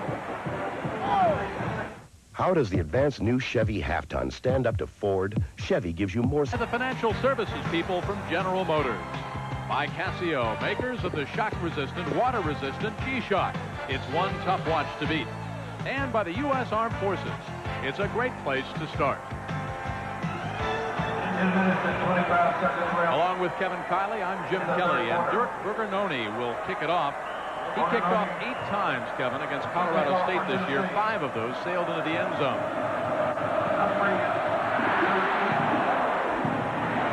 Bergernoni bangs it back into the end zone. It goes through Bobby Humphrey, and it'll be 1st and 10, Alabama. That scoring drive for Tennessee, their 2nd field goal on the night. 4:33. It took 11 plays, 56 yards. Late 2nd quarter, early here in the 3rd, they've established the fact that they can move the ball, but they're not going to win this game 3 points at a time. They need to get into the end zone. Tennessee. First offensive series. Again, the time is being kept down on the field. The clock has been out almost the entire game. A little over 12 minutes left in the 3rd quarter. Alabama starts 1st and 10 from their own 20. Battle across. There goes Bobby Humphrey across the 25. Ziegler on the stop. Kevin, this is a big defensive series for Tennessee. They've been pushed around in the first half. We'll see if the offense, taking the opening kickoff, going down and scoring, will kind of inspire the defense for a little gang tackling, maybe force a turnover. Well, if emotion can help Tennessee, Jim, you're right. I think that their offense, getting 3 points will help them, but they need to get off blocks and be a little tougher up front, and that's what they need to do to stop Alabama. Option by Dunn, and down he goes in the grasp of Darren Miller. Miller, 6'1", 227, the outside linebacker on the right side from Flemington, New Jersey. Well, here's a good example of getting off blocks, reading the play. It's an option that has no chance. I see all the white hats coming, and they get him for a loss. Now, that's good team defense. Darren Miller leading the charge, but Tennessee has had a rap on him that maybe they don't get off the block so quickly that when you get your shoulder pads on him, you hold them a little long. That time they didn't do it. They got off. Hope that stuff washes out of his hair. 3rd and 7. Allen tells the play to Bobby Humphrey. Blitz. Dunn picks it up, fires, out of bounds, or did he drag the foot at the 40? Whitehurst makes a remarkable catch. If this game is in Tennessee, you would hear howls from the crowd. We're way across the field. Safety blitz, everybody's coming. How about the poise of Dunn? Stands in there, knows he's going to get whacked. Now let's take a look at this. 1 foot's out. Oh, boy, let your toenails grow on that one. He made it by a hangnail. You get turf toe on that kind of a catch, don't you? At the 40. 1st and 10. They lead by 18. Bama does the fullback. Bo Wright. You talk about a game of inches, you know, Jim, and it's such a cliche to talk about a game of inches, but when you see a replay like that, and a guy getting a reception on a drive like this, which is an important drive for Alabama early in the second half by his big toe, I think it really points out the fact that just an inch or two one way or the other, and the game can turn completely around. Slot to the right. Stafford and Battle. Acceleration across the 50 down to the 48th and 47. Terry McDaniel, the left side cornerback on the stop. The hole on the right side opened up by Condon and Chatham, and then Humphrey just motored through. And 85 crossed the tight end again on the corner, weak at the corner. Tennessee defense, and Humphrey 10 carries for 39 yards. Now look at how this thing opens up the seam. There's your contain, but where's the inside fill? There's no inside fill for you. Kelly did his job, number 44, but the rest of the guys not getting off and getting into the hole. 10 carries, 39 yards for number 26, Bobby Humphrey. Dunn. On 1st and 10, will scramble. Great catch by Humphrey out of the backfield, and another Bama first down at the 28. Victor Peppers, submarine Humphrey, who made one of those knee-top receptions. 18 yards and a first down. Well, there's no way you can really cover this thing. Here's the inside backers for Tennessee. Gives Cross a little push. They're sitting there, but remember, you got Dunn running loose here. And that thing is, the needle is threaded, and Humphrey makes the great catch, but again, poised by the freshman Dunn.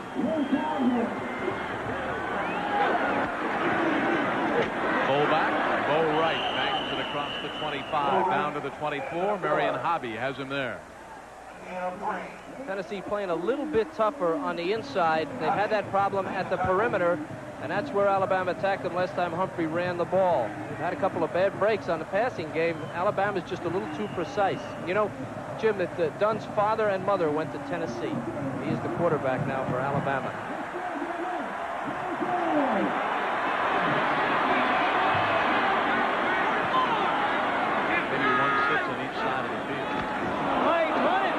To Humphrey. Nothing doing. A loss of 2.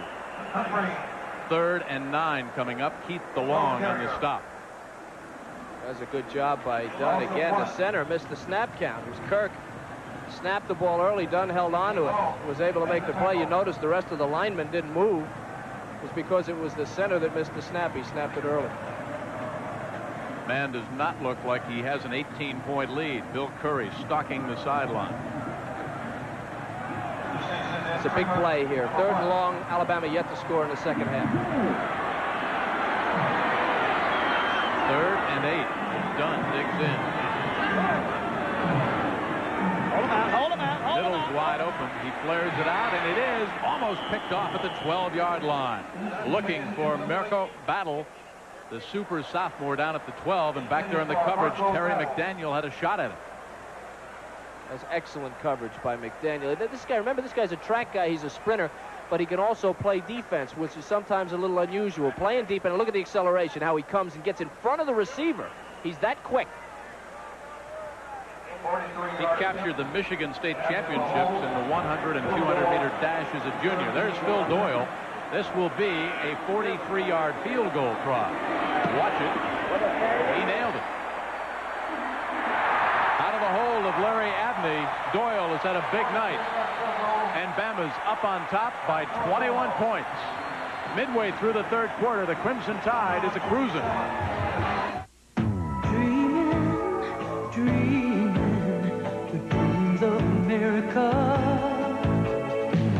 GMAC makes financing or leasing the new GM car or truck of your dreams easy. Just see your General Motors dealer. We'll help your dream come true. Hi, I'm Chris Fowler. That's on this week's Scholastic Sports America, Wednesday on ESPN.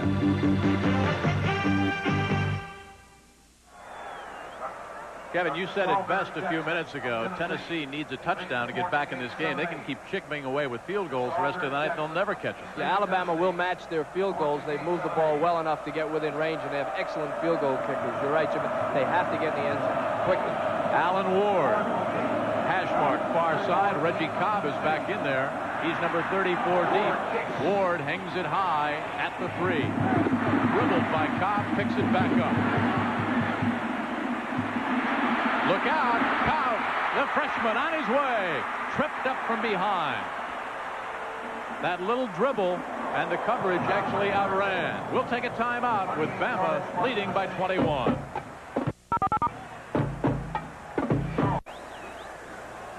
About 6 minutes left to go in the third quarter, because the 25-second clock and the scoreboard clock have been out since almost this game began. Time is being kept down on the field, and time is starting to run out on the Volunteers of Tennessee. They need a touchdown. They start from their own 41. Francis, all kinds of time, safety valves it out, gets it to William Howard, and the Crimson Tide has him at the 45. We talked about that Alabama defense. There is defensive coordinator Don Lindsay. He was with Bill Curry at Georgia Tech, and in the 2 years that Tennessee has played Georgia Tech, the last 2 years, Tennessee, Kevin, could only get one touchdown against Lindsey. And what they say is that the Crimson Tide defense will line up in any formation known to mankind. Yeah, well, if there's royalty in defensive coordinators, that guy's got some blue blood in his veins. 10 years at USC, 6 Rose Bowls, 2 national titles. That's one of the great defensive coordinators in the country. And you have to remember, when he came to Alabama, they only had, we talked about Jelks moving to defensive back, they only had 4 defensive backs on scholarship when Curry and his guys came in here, so they had to move Jelks. I mean, there was a personnel problem here at Alabama, and he's done a great job tonight. There is Jelks, number 22, ran a punt back for 63 yards. There goes Mr. Wyatt, excuse me, the leading tackler for Alabama. He's had a whale of a game, Jim. That guy has been in the backfield all night. That's a big loss for Alabama. We've got Whetstone and Derek Rushton backing him up, but he's a guy that I don't believe they can replace. They are thin when it comes to linemen. Linemen are the hardest guys to recruit because they're so big. Where are you going to find a big, strong 260-pounder about 6'5"? There are not too many of them out there. Well, Darrell Whetstone replaces him. He's 6'4", 256, one of 8 kids out of Montgomery. On 2nd and 6, Francis can't waste time, unloads it out, got his man out of the backfield, William Howard, and he's rattling toward big yardage inside the 25, down to the 22. Kermit Kendrick has him there. They call William Howard Mr. Clutch. He makes the big plays. Watch the receivers run the coverage off, turning their back on the quarterback. Now remember, Francis was scrambling. You don't ever turn your back. You've got to look over your shoulder. Francis came up to the line, pulled more coverage up, and here comes Mr. Clutch loose on the sideline, all 240 pounds of it. They ran him 16 straight plays against Ole Miss last year to save a victory. They'll run him again, and Tommy Cole's got him. Mr. Clutch missed a couple of the spring practices with a pulled hamstring. Handoff on this play. I think they almost fumbled. It looked like he put it on Howard's hip, Francis when he hands him. Let's take a look at this. Yeah, see how it's short? See how he put it right on his left hip, and that's what cost him. He had to take a stutter step again quickly. He had to reach. See, he never did get that handoff there. Paid for Barry Blackstone at Lima, Ohio. It's 2nd down and 9. Passing situation as Francis looks over the Bama defense. Quickly gets it over to Terrence Cleveland. Cleveland down at the 8-yard line. Jelks banged him there.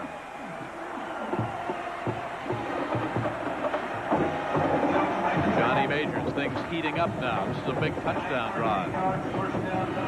It's almost as if the clock being broken is helping Tennessee. I think it helps keep their mind on their offense, and they don't worry so much about time running out as they do running the offense. This thing's been on 15 minutes the whole game. Running down toward the Tennessee end of the stadium where the Volunteer orange and white are. Keith Davis upended at the 5, loose football, and Bama's got it. Jelks.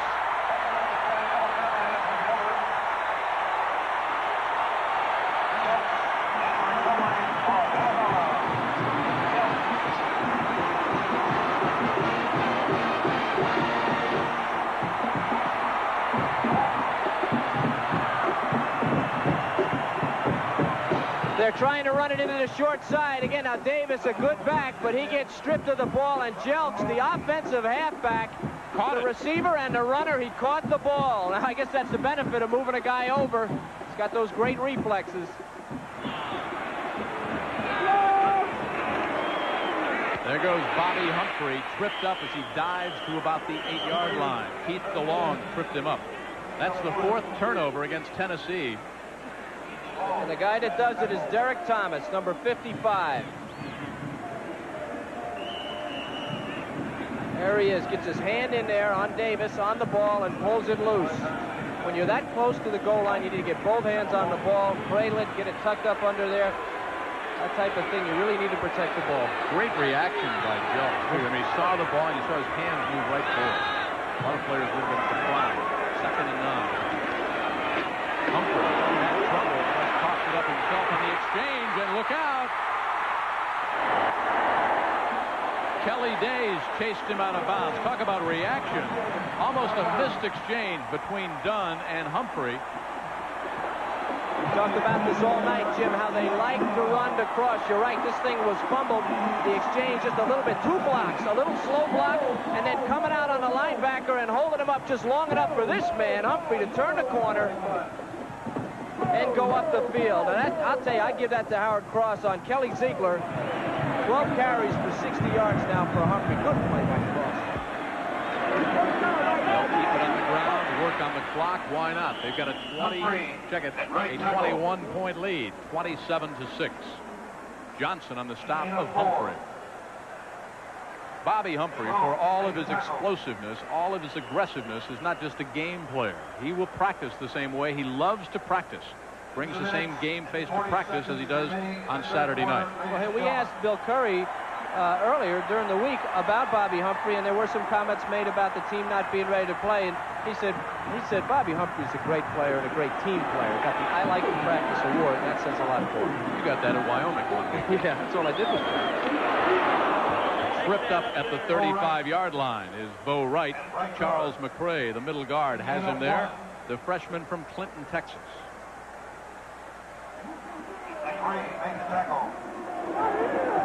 There is Johnny Majors, whose dad watched a rather uninspired Tennessee game against Ole Miss one time in Memphis, and Johnny asked his dad what he thought, and he said, "Son, you outstunk them. It's not worth talking about." 3rd and 5.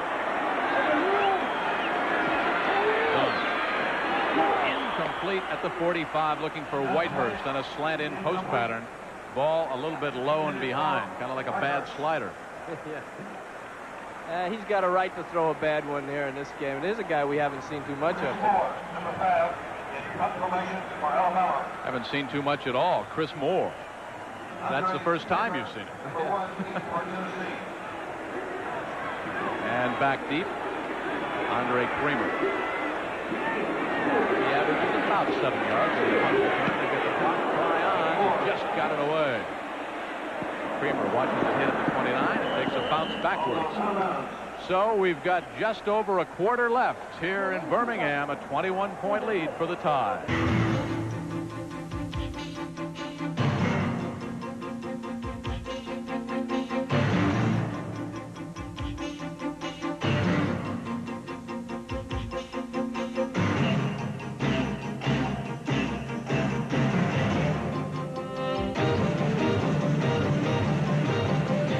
The Southeastern Conference, 10 universities for all America.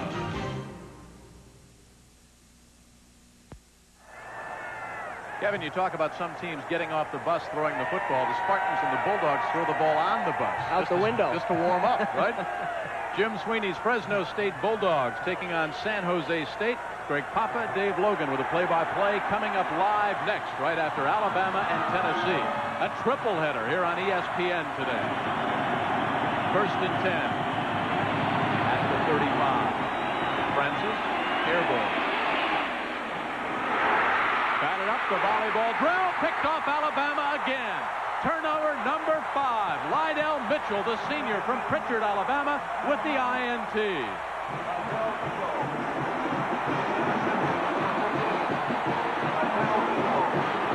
Well, here it is, right into coverage. The worst thing can happen.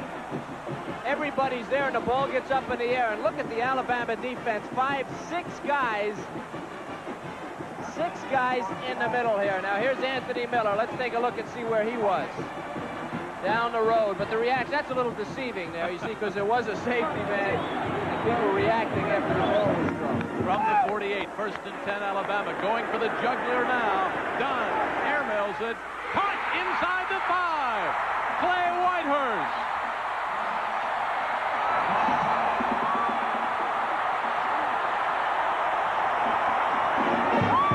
43 yards, might have been deflected by Peppers. Peppers is short. He's only about 5'8". He lost sight of the ball for a minute, and really that's the difference. He had to jump so high. He could only get a hand on it and tip it up, and the ball caught by Whitehurst. And there's Dunn, who's having the night of his life. First start. First and goal from the 5.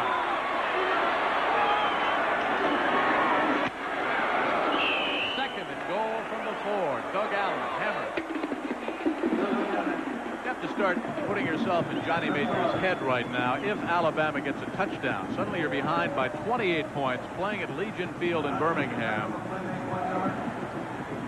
How many deficits do you dig yourself out of? Well, there are some things that can't be done. I think we have a tendency of looking at a football game and trying to decide strategy at times when basically you've just got to get back to your offense and hope for a miracle. He may be approaching that point. An offense that's only scored 2 field goals. It'll be a 28-point lead after Humphrey takes it in.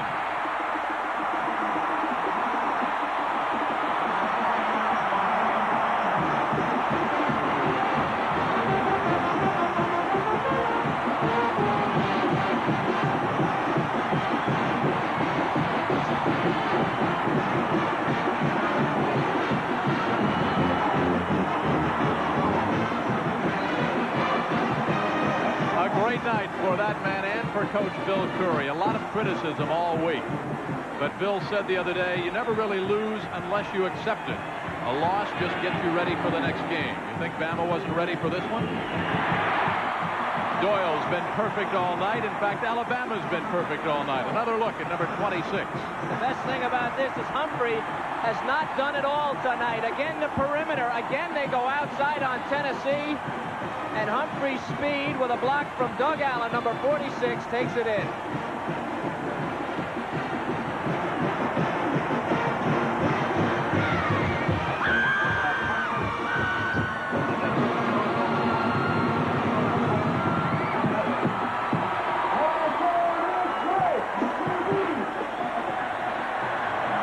Those pictures tell it all if you're a Volunteer fan.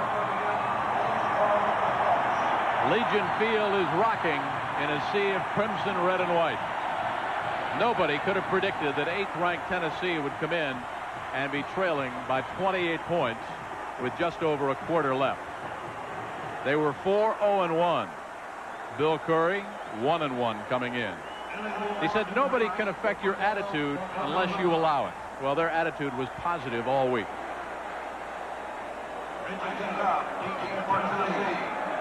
Reggie Cobb is back deep again. Alan Ward will kick off again. It is high, it is deep, it is end over end, and Cobb will bring it out 3 yards deep. Might have made a mistake. Some would say that, but I think that I would. When you have well, let me give you the other side of that. When you have a great runner like Cobb, the kickoff is an offensive play, and when you're trailing by 28 points, you have an offensive play and a chance to get a guy like that in the open field. I think you should take it, even if you give up some yardage. So I believe that that was the thing to do. That's the end of the third quarter. Alabama 34, 8th-ranked Tennessee. Birmingham, a 28-point lead, or a 28-point deficit for the Volunteers. Bending in is Jeff Francis. He's gone all the way. They can't waste time. It's batted backwards. It's 2nd and 10. Watch Bobby Humphrey, who grew up right here in Birmingham playing football and basketball. He played cards, going fishing. Those are his hobbies. Here's his last touchdown. He used to be a vendor right here at Legion Field. So Cokes. Yep. Jim grew up across the street, and he said that the more excited the crowd got, the more Cokes people bought. And he made about $50 a night. And what Bobby says now is every time he scores, he feels good for the kids in the stand selling Cokes because he knows they sell more Cokes. 2nd and 10 from the 10. Deflected, and this one is almost picked off again at the 15-yard line. Raymer, the freshman, number 49, back in the coverage. Now what you're seeing here is the danger of falling behind by 28 points to a team that has excellent athletes, and no matter how good your passing game is, becoming predictable. These guys are covered, and Francis has got to force it into them. Carolyn Curry, Bill Curry's wife, just went behind our ESPN broadcast booth, blowing kisses. Big smile. Met Carolyn last night. She was here watching the high school game. They had a big press reception. Francis needs 10. Fires up near the 18-yard line and falling forward to the 20, but shy of first down yardage goes Terrence Cleveland. Mike Smith, the junior out of Gainesville, Florida, on the stop. Oh, nice job by Terrence. 5'8", 149 pounds. He was able to drive, even though he was short, put his shoulder down. Now, how about this? 4th and less than a yard. You're behind by 28 points, and you punt. You like the call? I really don't know what I would do. To be absolutely honest with you, I don't know that the offense has really shown an ability to get a yard in this game, so I don't know what I would do. I think you've got to go for a yard. Punt the ball away, you might not get it back again for 4 more minutes. You give it to him in good field position. At the 43-yard line. Of course, obviously, they were hoping for a turnover. Yeah, now after he dropped it, I think it's indicative. I think another thing you have to consider is that I don't think Johnny Majors wants to get his team blown out. The rest of the season is very important at Tennessee, and he doesn't want to lose 50-6, and if he starts giving up 20-yard drives, he could very well. Storyline Birmingham, 17 points off of turnovers early. Jeff Dunn, the freshman, having a career night. Bobby Humphrey, what you expect. And Tennessee on the ground, non-existent. Well, that's been a key. They fell behind so early and so badly that they never did establish the running game. Dunn bends in. Jeff Dunn, the freshman from Greensboro. Keep it on the ground. Bobby Humphrey hurls forward to the 48-yard line. And a penalty flag is down to be checked out. Bear Bryant, Hall of Fame legend, of course, in Alabama and nationwide, had this quote. Find out what type of person you were when you played against Tennessee. Holding on offensive. Well, he certainly would be proud of Jeff Dunn. They found out tonight what he's made of, the freshman, doing an outstanding job. What poise. About the last 10 yards, 12 minutes, and 50 seconds left. Doesn't take much to get players motivated when you play at Alabama. All you've got to do is show that houndstooth cap. Well, I think, too, as you look at Curry, I'll tell you after this play, I think it was good that Alabama came back from the Memphis State game with Tennessee. Helped them. 1st and 15 after 5 yards walked off against Bama. They've got the ball and a 28-point lead.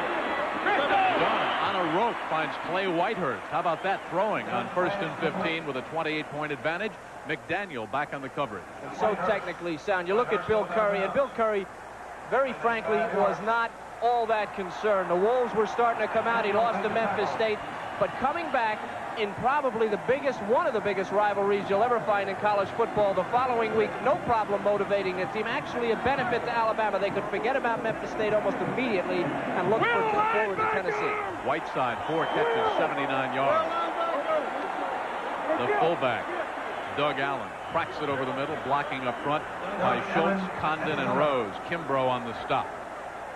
Back to Bill Curry for a second, Kevin. If there was a criticism of Bill, some say he's too loyal. But he told us at practice the other day, he said, now, I fired some of my best friends when they didn't get the job done. And he said, it's not their fault, it's my fault. I hired the wrong man for the job. Well, the criticism was at Georgia Tech early in his career that he stayed with assistant coaches too long. He's heard it. He answered. He said, absolutely not. If a guy doesn't do the job for me, I'll fire him whether I love him or not. But then Bill adds that around successful programs, you'll hear that same criticism. Coaches like to have the same assistants around them. 3rd and 5. Dunn backpedals, looks, down he goes at the 41-yard line. The Volunteers will get the ball back. A loss of 8. Again, the time is being kept on the field. Scoreboard clock has been out. But the only stat that matters right now is a 28-point lead for the Crimson. And they're going to come after this punt. Chris Moore punting for just the 2nd time on the night. Creamer is back deep. Andre looks for it at the 22. Got it there, and the Crimson Tide have him. A 37-yard punt. There was no return. The Volunteers ball when we come back. 28 points. Tennessee came in 4-0-1, ranked number 8 in the country.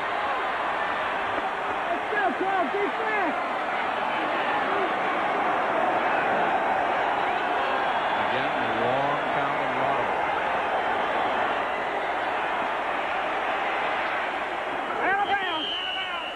Complete to Woods, out of bounds. Well, there we are up in the broadcast booth. Kevin Kiley with the wave. I'm Jim Kelly. It was 24 years ago today, October 17th, 1953. Tennessee and Alabama played, and right in this booth, 2 very famous alums from Tennessee and from Alabama. Mel Allen did the play-by-play. Lindsey Nelson did the color. Each from the opposite school. They stood side by side, toe-to-toe. The game ended in a tie, and when it was over, Mel Allen closed off the broadcast and said, Linz, we're still friends. First down at the 41-yard line. Nate Middlebrooks, tackled by Shannon Felder. Well, Jim, we've only got about 12 minutes to go. I hope we can keep our friendship until then. We've got a second. Lindsey Nelson back in Knoxville, Tennessee, watching tonight's game. Lindsey, all the best to you. It was good to see you at one of those Tennessee games for so long. One of the great broadcasters of all time. The audible by Frank.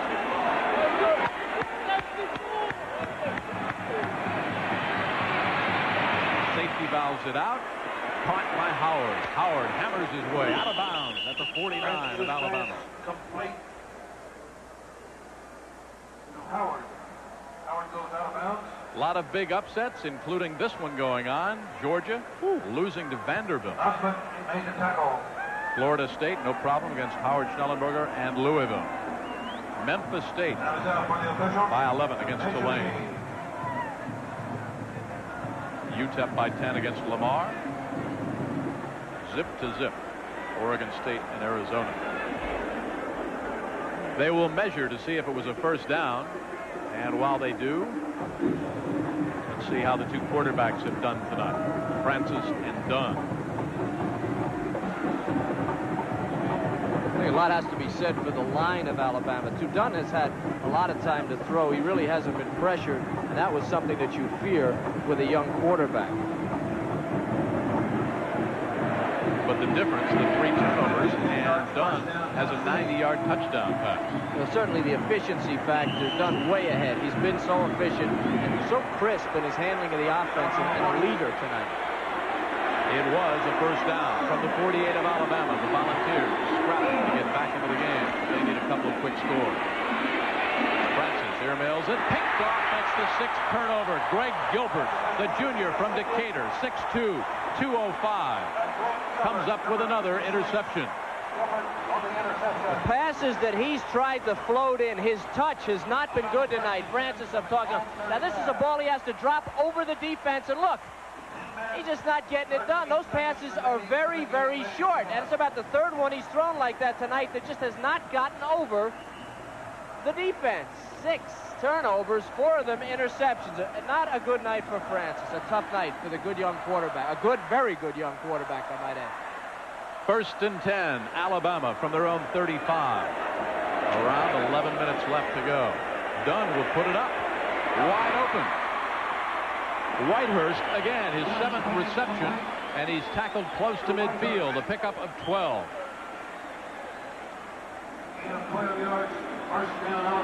You get the feeling Bill Curry's starting to enjoy this, throwing on 1st and 10 with a 28-point lead. The thing about Curry that amazes me is that we were in his office. He was so calm and feeling like, man, he had problems, folks. I mean, quarterback problems, linebacker problems, and he came into this big game and handled them all. Another 1st and 10.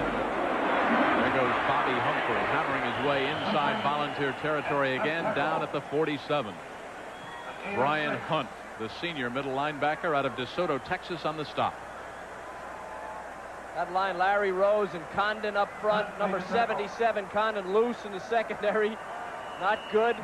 And Humphrey knows where to go. He gets right between those 7s and pushes his way for 74 yards and 15 carries. He's also scored a touchdown. But he has not done it all, and that's been a key for Alabama. And helped sell some soft drinks for his fellow vendors. On 2nd and 4, there goes Doug Allen. He's 5'9", 200 pounds. We just talked about Condon. Now, he's a great, great offensive lineman, but there's more to this story. A couple of years ago, he was stabbed in the back at a rock concert. Then last spring, he blew up his knee, had major reconstructive surgery. They said, there's no way this guy will be back in what appears to be a medical miracle. I may be overdoing it. Not only is he back, but he's playing very well and a leader for Alabama, doing a fine job on the offensive line.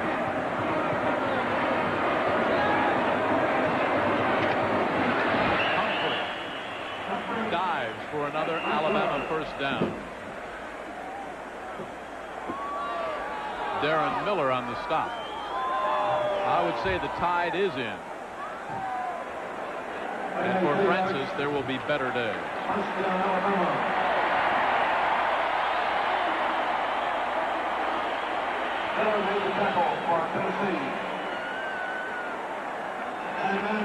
The ball at the 42-yard line of Tennessee. The game has been played almost entirely in Volunteer territory. Whitehurst at the top of the screen, and Pierre Gould down at the bottom. Humphrey.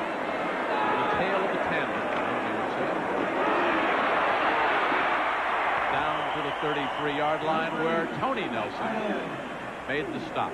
Big block by 46. Watch Doug Allen, the senior here, 5'9", 200 pounds for the block, partner. He and Chapman on the outside. Here's the block that Jim's talking about on the outside, but if you saw behind that, Terrell Chapman, number 7, he just blasted, almost knocked him out of bounds, and that's been the story of the game. Again, outside tackle, the perimeter. Tennessee didn't stop it last year, and they've had an awful time with it this year.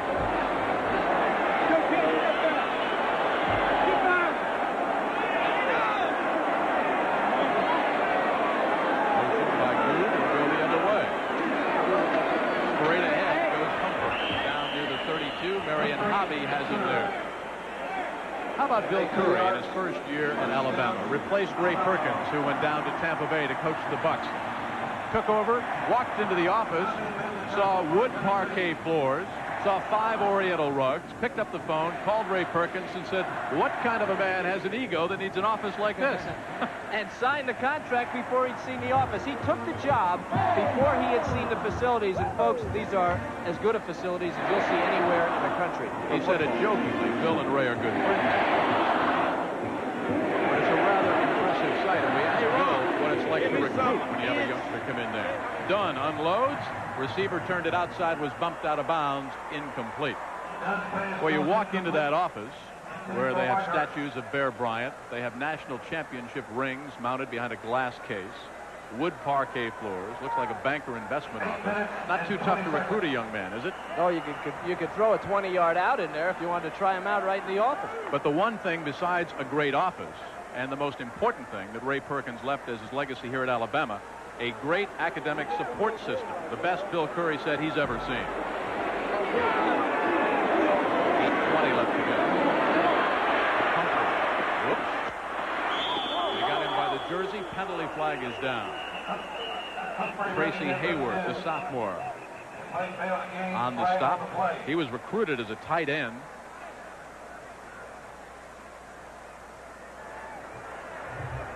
We don't see too many linebackers wearing number 88.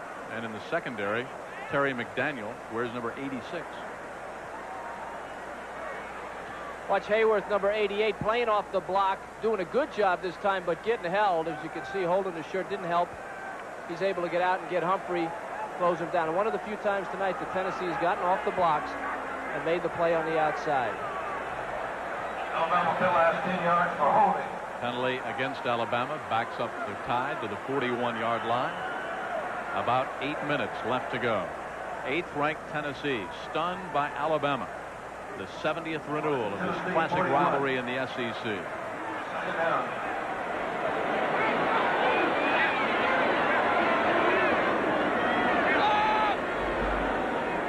By Bach and by Dunn, who will put it up. Humphrey at the 37-yard line. Tackle secure by Kelly Ziegler. It's the guy Richard Cooper. Now, Cooper has been one of the stalwarts of the Tennessee defense the entire year. He's having a great year. He did not start tonight because they switch off, but he's a guy that was tossed off the team at the end of spring practice because of his attitude. They let him come back, take the physical test. He passed. He's completely reversed himself. Andre Creamer was another one, completely reversed himself, changed his entire attitude, and now is a big part of the team. My hat's off. Century mark rushing tonight. 3rd and 16. The freshman dumps it off. Incomplete. Looking for Humphrey out on the flat. Pressure by Hayworth and by Cooper, the man that Kevin was just talking about. Watch 77 and 88 chasing down Jeff Dunn. And also you have to watch Dunn. And one thing you can tell about a great quarterback is he feels pressure. Watch Dunn. Dunn sees it coming. He just naturally drifts away from the pressure. There are quarterbacks that don't do that. In his first start, it's instinctive. Guys have it. He's got the ability. Rich, who owns a 52-yarder, or Doyle, excuse me, this is Doyle. On its way. Short and wide to the right. Philip Doyle out of Birmingham missed, so the score stands 34-6. Tennessee trails big. Out here, it's me alone against the course. But in the financial world, you need all the help you can get.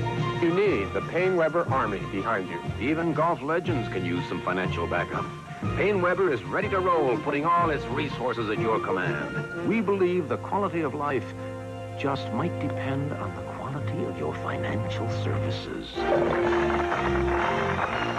you, PaineWebber. Now that's the kind of army you want behind you. How do other Japanese imports see the 1988 This one, Kevin Kiley. No, certainly not. I didn't. Thought this would go right down to the wire. Well, you haven't predicted one. Yeah. I'll get one. How many we got left? About 7. Oh, I'll get one. Colorado, Oklahoma next week. I'm not picking that tonight. No, I'll wait 3 minutes. 1st and 10 for the Volunteers, and it's almost picked off again. John Rollins. Well, we talked about the SEC schedule. Kevin pointed out that in the SEC you don't play everybody every year. And that sometimes can be a problem. LSU 3-0 will be at Ole Miss as of tonight. Alabama, Mississippi State.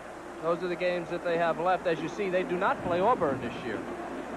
Auburn 1-0-1. You saw that. Alabama will be 2-1 after they win this game, which they certainly will. Kentucky lost today. They're 1-1. And then Georgia. Francis again, airborne again, chased out of the pocket again. Unloads on a safety valve to Charles Wilson. Bumped out at the 42-yard line by George Bethune.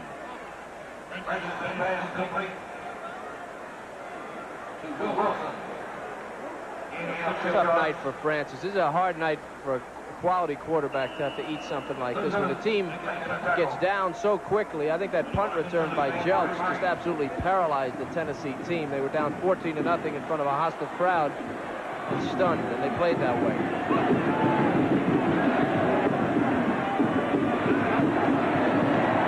Francis needs more. Wants more over the middle, and he's got it for a first down at the 33. Nate Middlebrooks.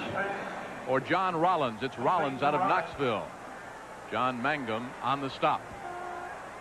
Well, Rollins is a walk-on tight end. The reason you see these patterns is because Alabama, again, I said at halftime, they'll give you that thing because they know they can surround the carrier of the ball, keep him in the field, and let the time run. And that's why the defense plays the perimeter. From the 33, Francis looks, fires, first down at the 13 to Terrence Cleveland. Now, there was a pass, Jim. Now, there was a pass that he's had trouble with all night. He did get it over the defense. Not much pressure from Alabama. They're playing pass defense. Now, this is something he had to touch on this when he was able to get it over the short part of the defense. See that? And to Cleveland. Cleveland goes out of bounds. The defense giving him that and him executing. Good play. Howard, the lone back.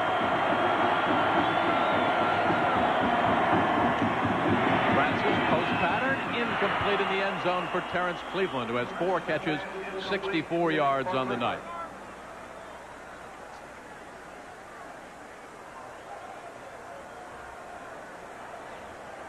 Georgia goes back on top. The Bulldogs ranked number 17. Memphis State stunning Tulane again in the second quarter. And back to the fourth quarter here from the 13-yard line. Francis looks over what's been a crushing Crimson defense tonight. At the 5, now down to the 4 goes Vincent Moore, a freshman out of Memphis. Kermit Hendrick on the stop.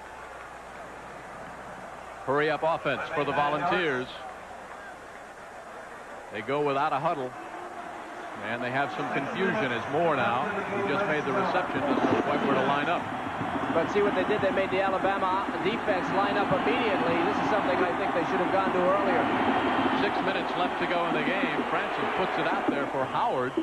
It took Howard a long time to get to the football. Robert Stewart got to Howard almost immediately. Well, by the time they decided what they were going to do offensively, they might as well have gone back into the huddle. But you saw what Alabama had to do. They had to protect the wide side of the field. They went right into their defensive alignment. It was just confusion on Tennessee's part. Johnny Majors, whose mom is 73 years young, still drives to Knoxville. Johnny said she doesn't miss many games anymore. From the 2.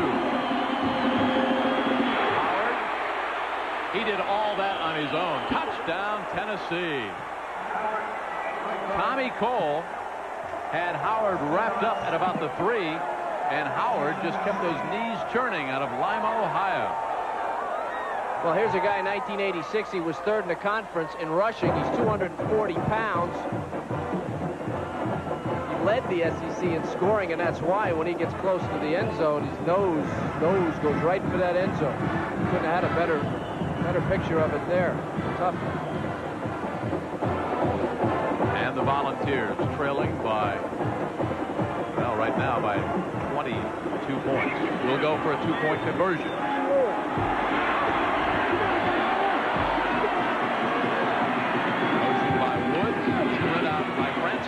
Woods, and the 2-point conversion is good.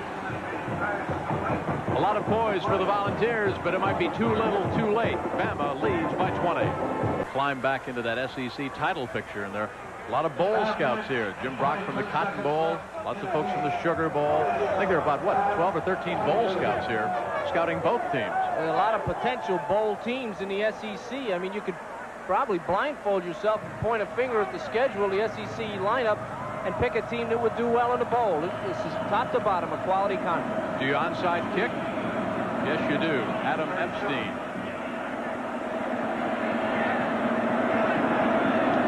Will squib it, and Bama's got it at the 46-yard line. The onside kick.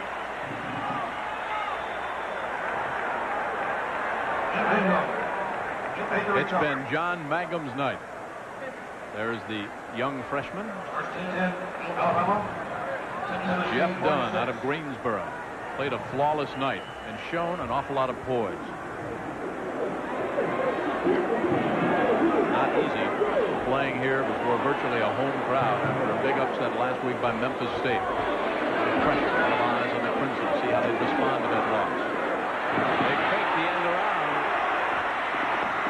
There's a load down at the 36-yard line. Kimbrough's got him. Johnny Major. His dad was a high school punter. His dad was a football coach. He coached men's and women's basketball and baseball. Yeah. And Johnny Major's talking to him. He talks a lot about his dad, Shirley, at Hunland High School, and the fact that he played against his dad once. His dad said, "My boys will never beat me again," and they all went to his school the next year, and they had a tremendous winning streak. It's a great family, great tradition. Wayne Shaw cracks it straight ahead.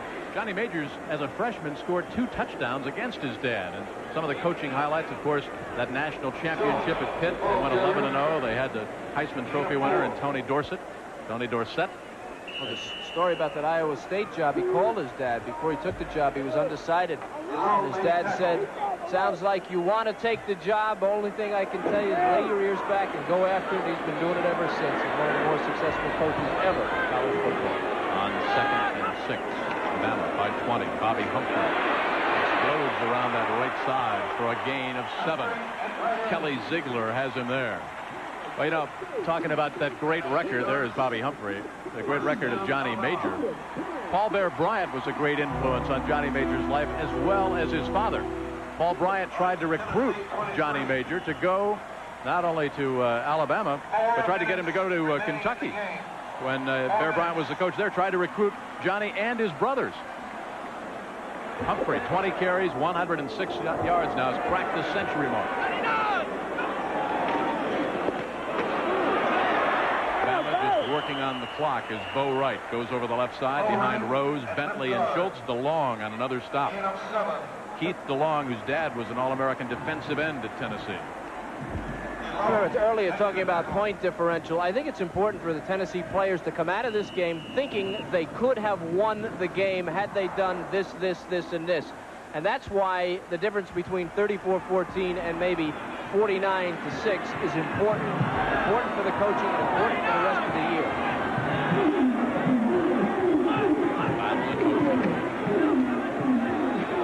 Dunn just keeps it himself. And Tracy Hayward made the tackle. Marion Hobby also helped out.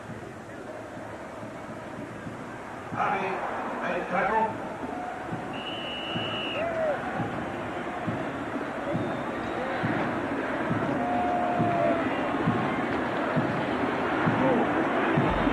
There's the Alabama record when Bobby Humphrey rushes for 100 yards or more, 8-2.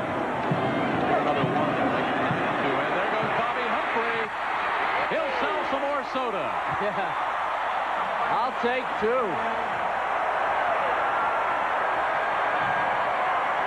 Every time he scores, he thinks about the vendors in the stands because he was one.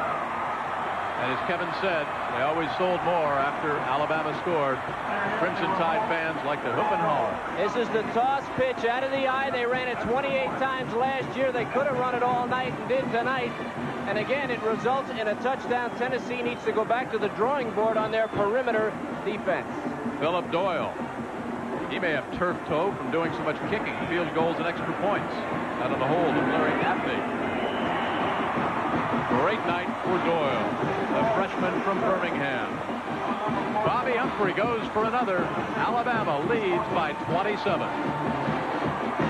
And that white bread and the sauce, didn't you? I was just thinking the exact same thing. But I take some of that soup, too. I eat that soup. Ward kicking it, and Cobb catching it, then dropping it at the 9. Scoops it up, back to the 15, and the 17. How about Alabama's all-time rushers? There have been some great ones. And Bobby Humphrey is just 2 yards away from the all-time Crimson record. 21 carries, 127 yards on the night, 2 touchdowns. 2 more yards. Think he'll get a crack at it? Oh, tonight? How much time left? This clock's been broken since the first quarter. What quarter is it? 2:25 remaining. 2 minutes, 2:25 left. Just kidding. From the 17, 1st and 10, Tennessee. Francis has gone the whole way.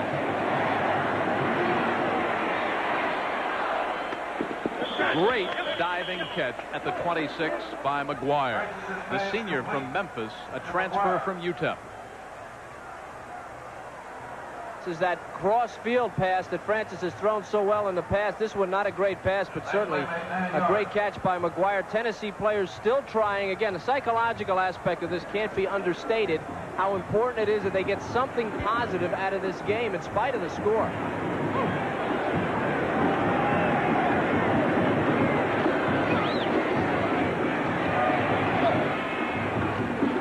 First down at the 45-yard line. Nate Middlebrooks. Quite a story here for Vernon Wilkerson, who's actually, Kevin, in his 6th year. Because? Well, because the NCAA granted him an extra year. He was in that automobile accident, the tragic accident in which George Scruggs was killed a few years ago. It was last year. It was in spring of 1985, a couple of years ago. And what happened was he was not ready to play after a year, and he was a great player prior to the accident. The NCAA, in a rare move, they rarely do that, granted him an extra year. And Wilkerson is the last player that Bear Bryant recruited at Alabama. So with Wilkerson goes the end of the Bear Bryant era, at least where the players are concerned. A great player in his time. He has not fully recovered from the accident. He's not back on the field he once was in. Francis, safety valves it out to William Howard. Francis now 23 of 38, but 4 interceptions. Wilkerson, by the way, one of 9 children. Played football at Troy State, 4-year starter there. Can you imagine being the last player that Bear Bryant recruited? I would have loved to have been the last player that Bear Bryant. I would love to be associated with that man in any way. And in fact, as you go around town in Tuscaloosa, which we did the other day, the love is overwhelming, and the tributes on every corner from Bear Bryant. He certainly made an impact on college football and on the University of Alabama. Understatement. Drop at midfield. Middlebrooks. Just to go back to the Bear for just a second. He had an impact on both Bill Curry and on Johnny Majors. And the one thing you hear as you go around the country and talk to the coaches, that Bear Bryant would always call you back. He always had time to talk to you. He would be considerate. Johnny Majors, as you see on the screen right there, said every time he talked to Bear Bryant would say, "How's your dad?" That was the first thing that Paul would say. And Bill Curry echoed those same sentiments. He always willing to help the young coaches. Curry talked about coaches. He was exposed to some great coaches.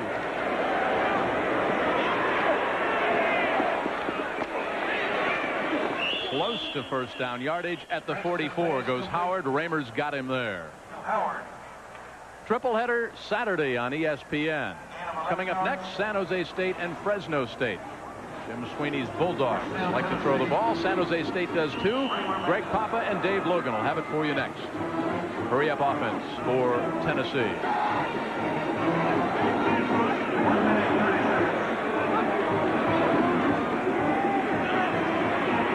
Francis down at the 40-yard line. Well, it all starts at 11:30 Eastern time with Tim Brando on Game Day every Saturday. Tim, did Bino buy you breakfast today? Now, I have to wait for him to go 4-0, Jim, for that to happen. We're going to go out west later, but let's go out west now for the moment. Oregon State with quarterback Eric Wilhelm finding Roland Hawkins, the senior wide receiver, down to the 1-yard line. And then on the following play, a little play action. And he'll find his tight end after negotiating back there for the touchdown. And the Beavers have the 7-0 edge over Arizona. And, of course, we'll have all the scores and highlights of all the day's action coming up between games. Let's get back to Jim. I know Kevin bought you breakfast, though. Yeah. Pecan waffles. I got a Slim Jim. I got him a Slim Jim for breakfast. Here are tonight's updated standings. LSU won, no problem. Alabama also won, no problem. Tennessee with a huge problem, their first loss. And we said at the very top of the telecast, Kevin, maybe the toughest football conference in the country, top to bottom.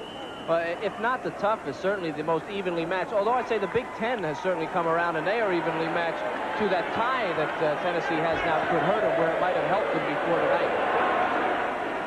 On 2nd and 7, Francis backpedals, loops it out in the flat, out of bounds at the 33. Howard on the completion. Clock is stopped with about 1:05 left to go. Now, we've been talking about Bill Curry.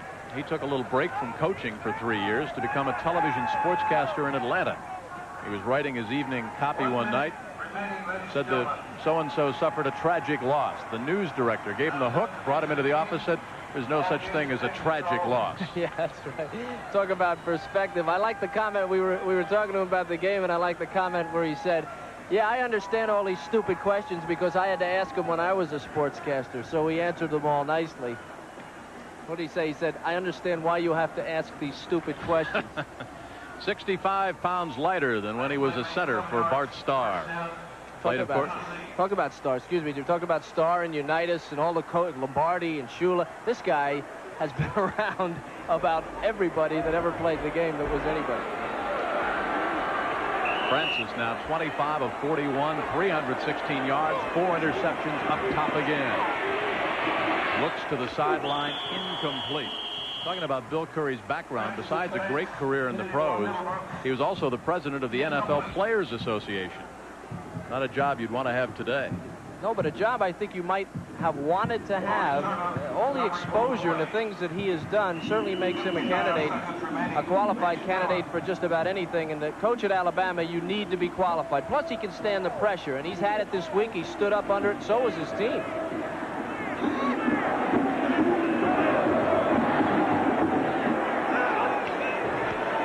And 10. Francis looks, fires over the middle, got his man inside the 10. That's John Rollins. Touchdown.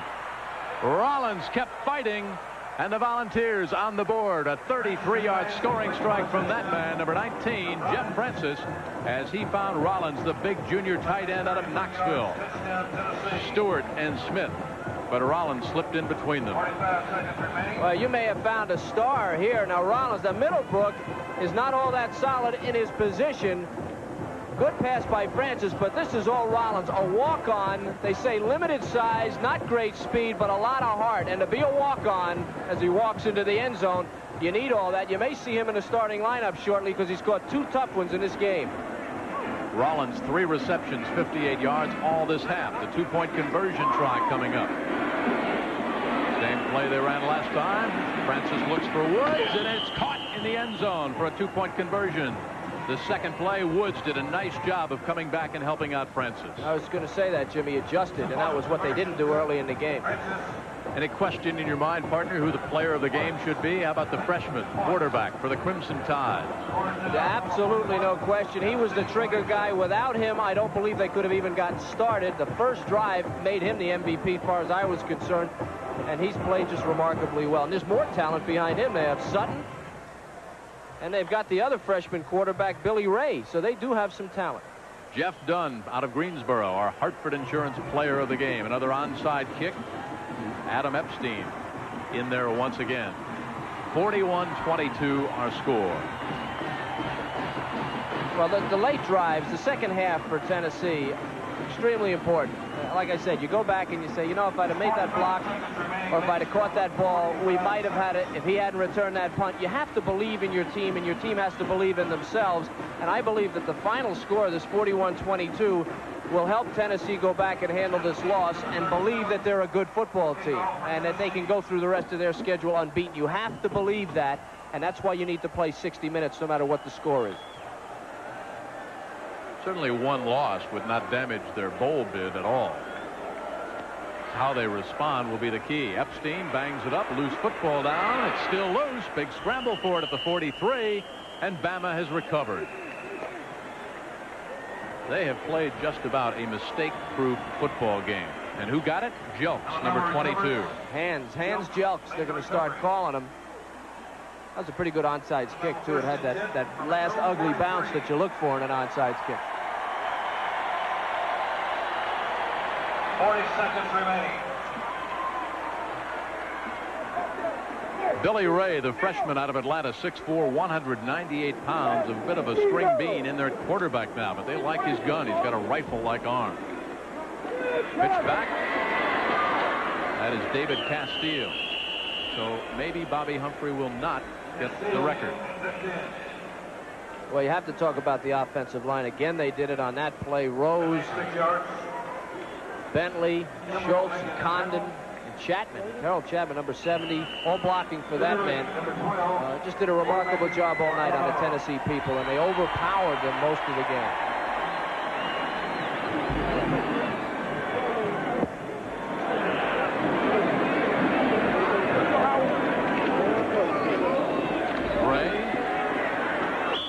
Down at the 47-yard line by Tracy Hayward.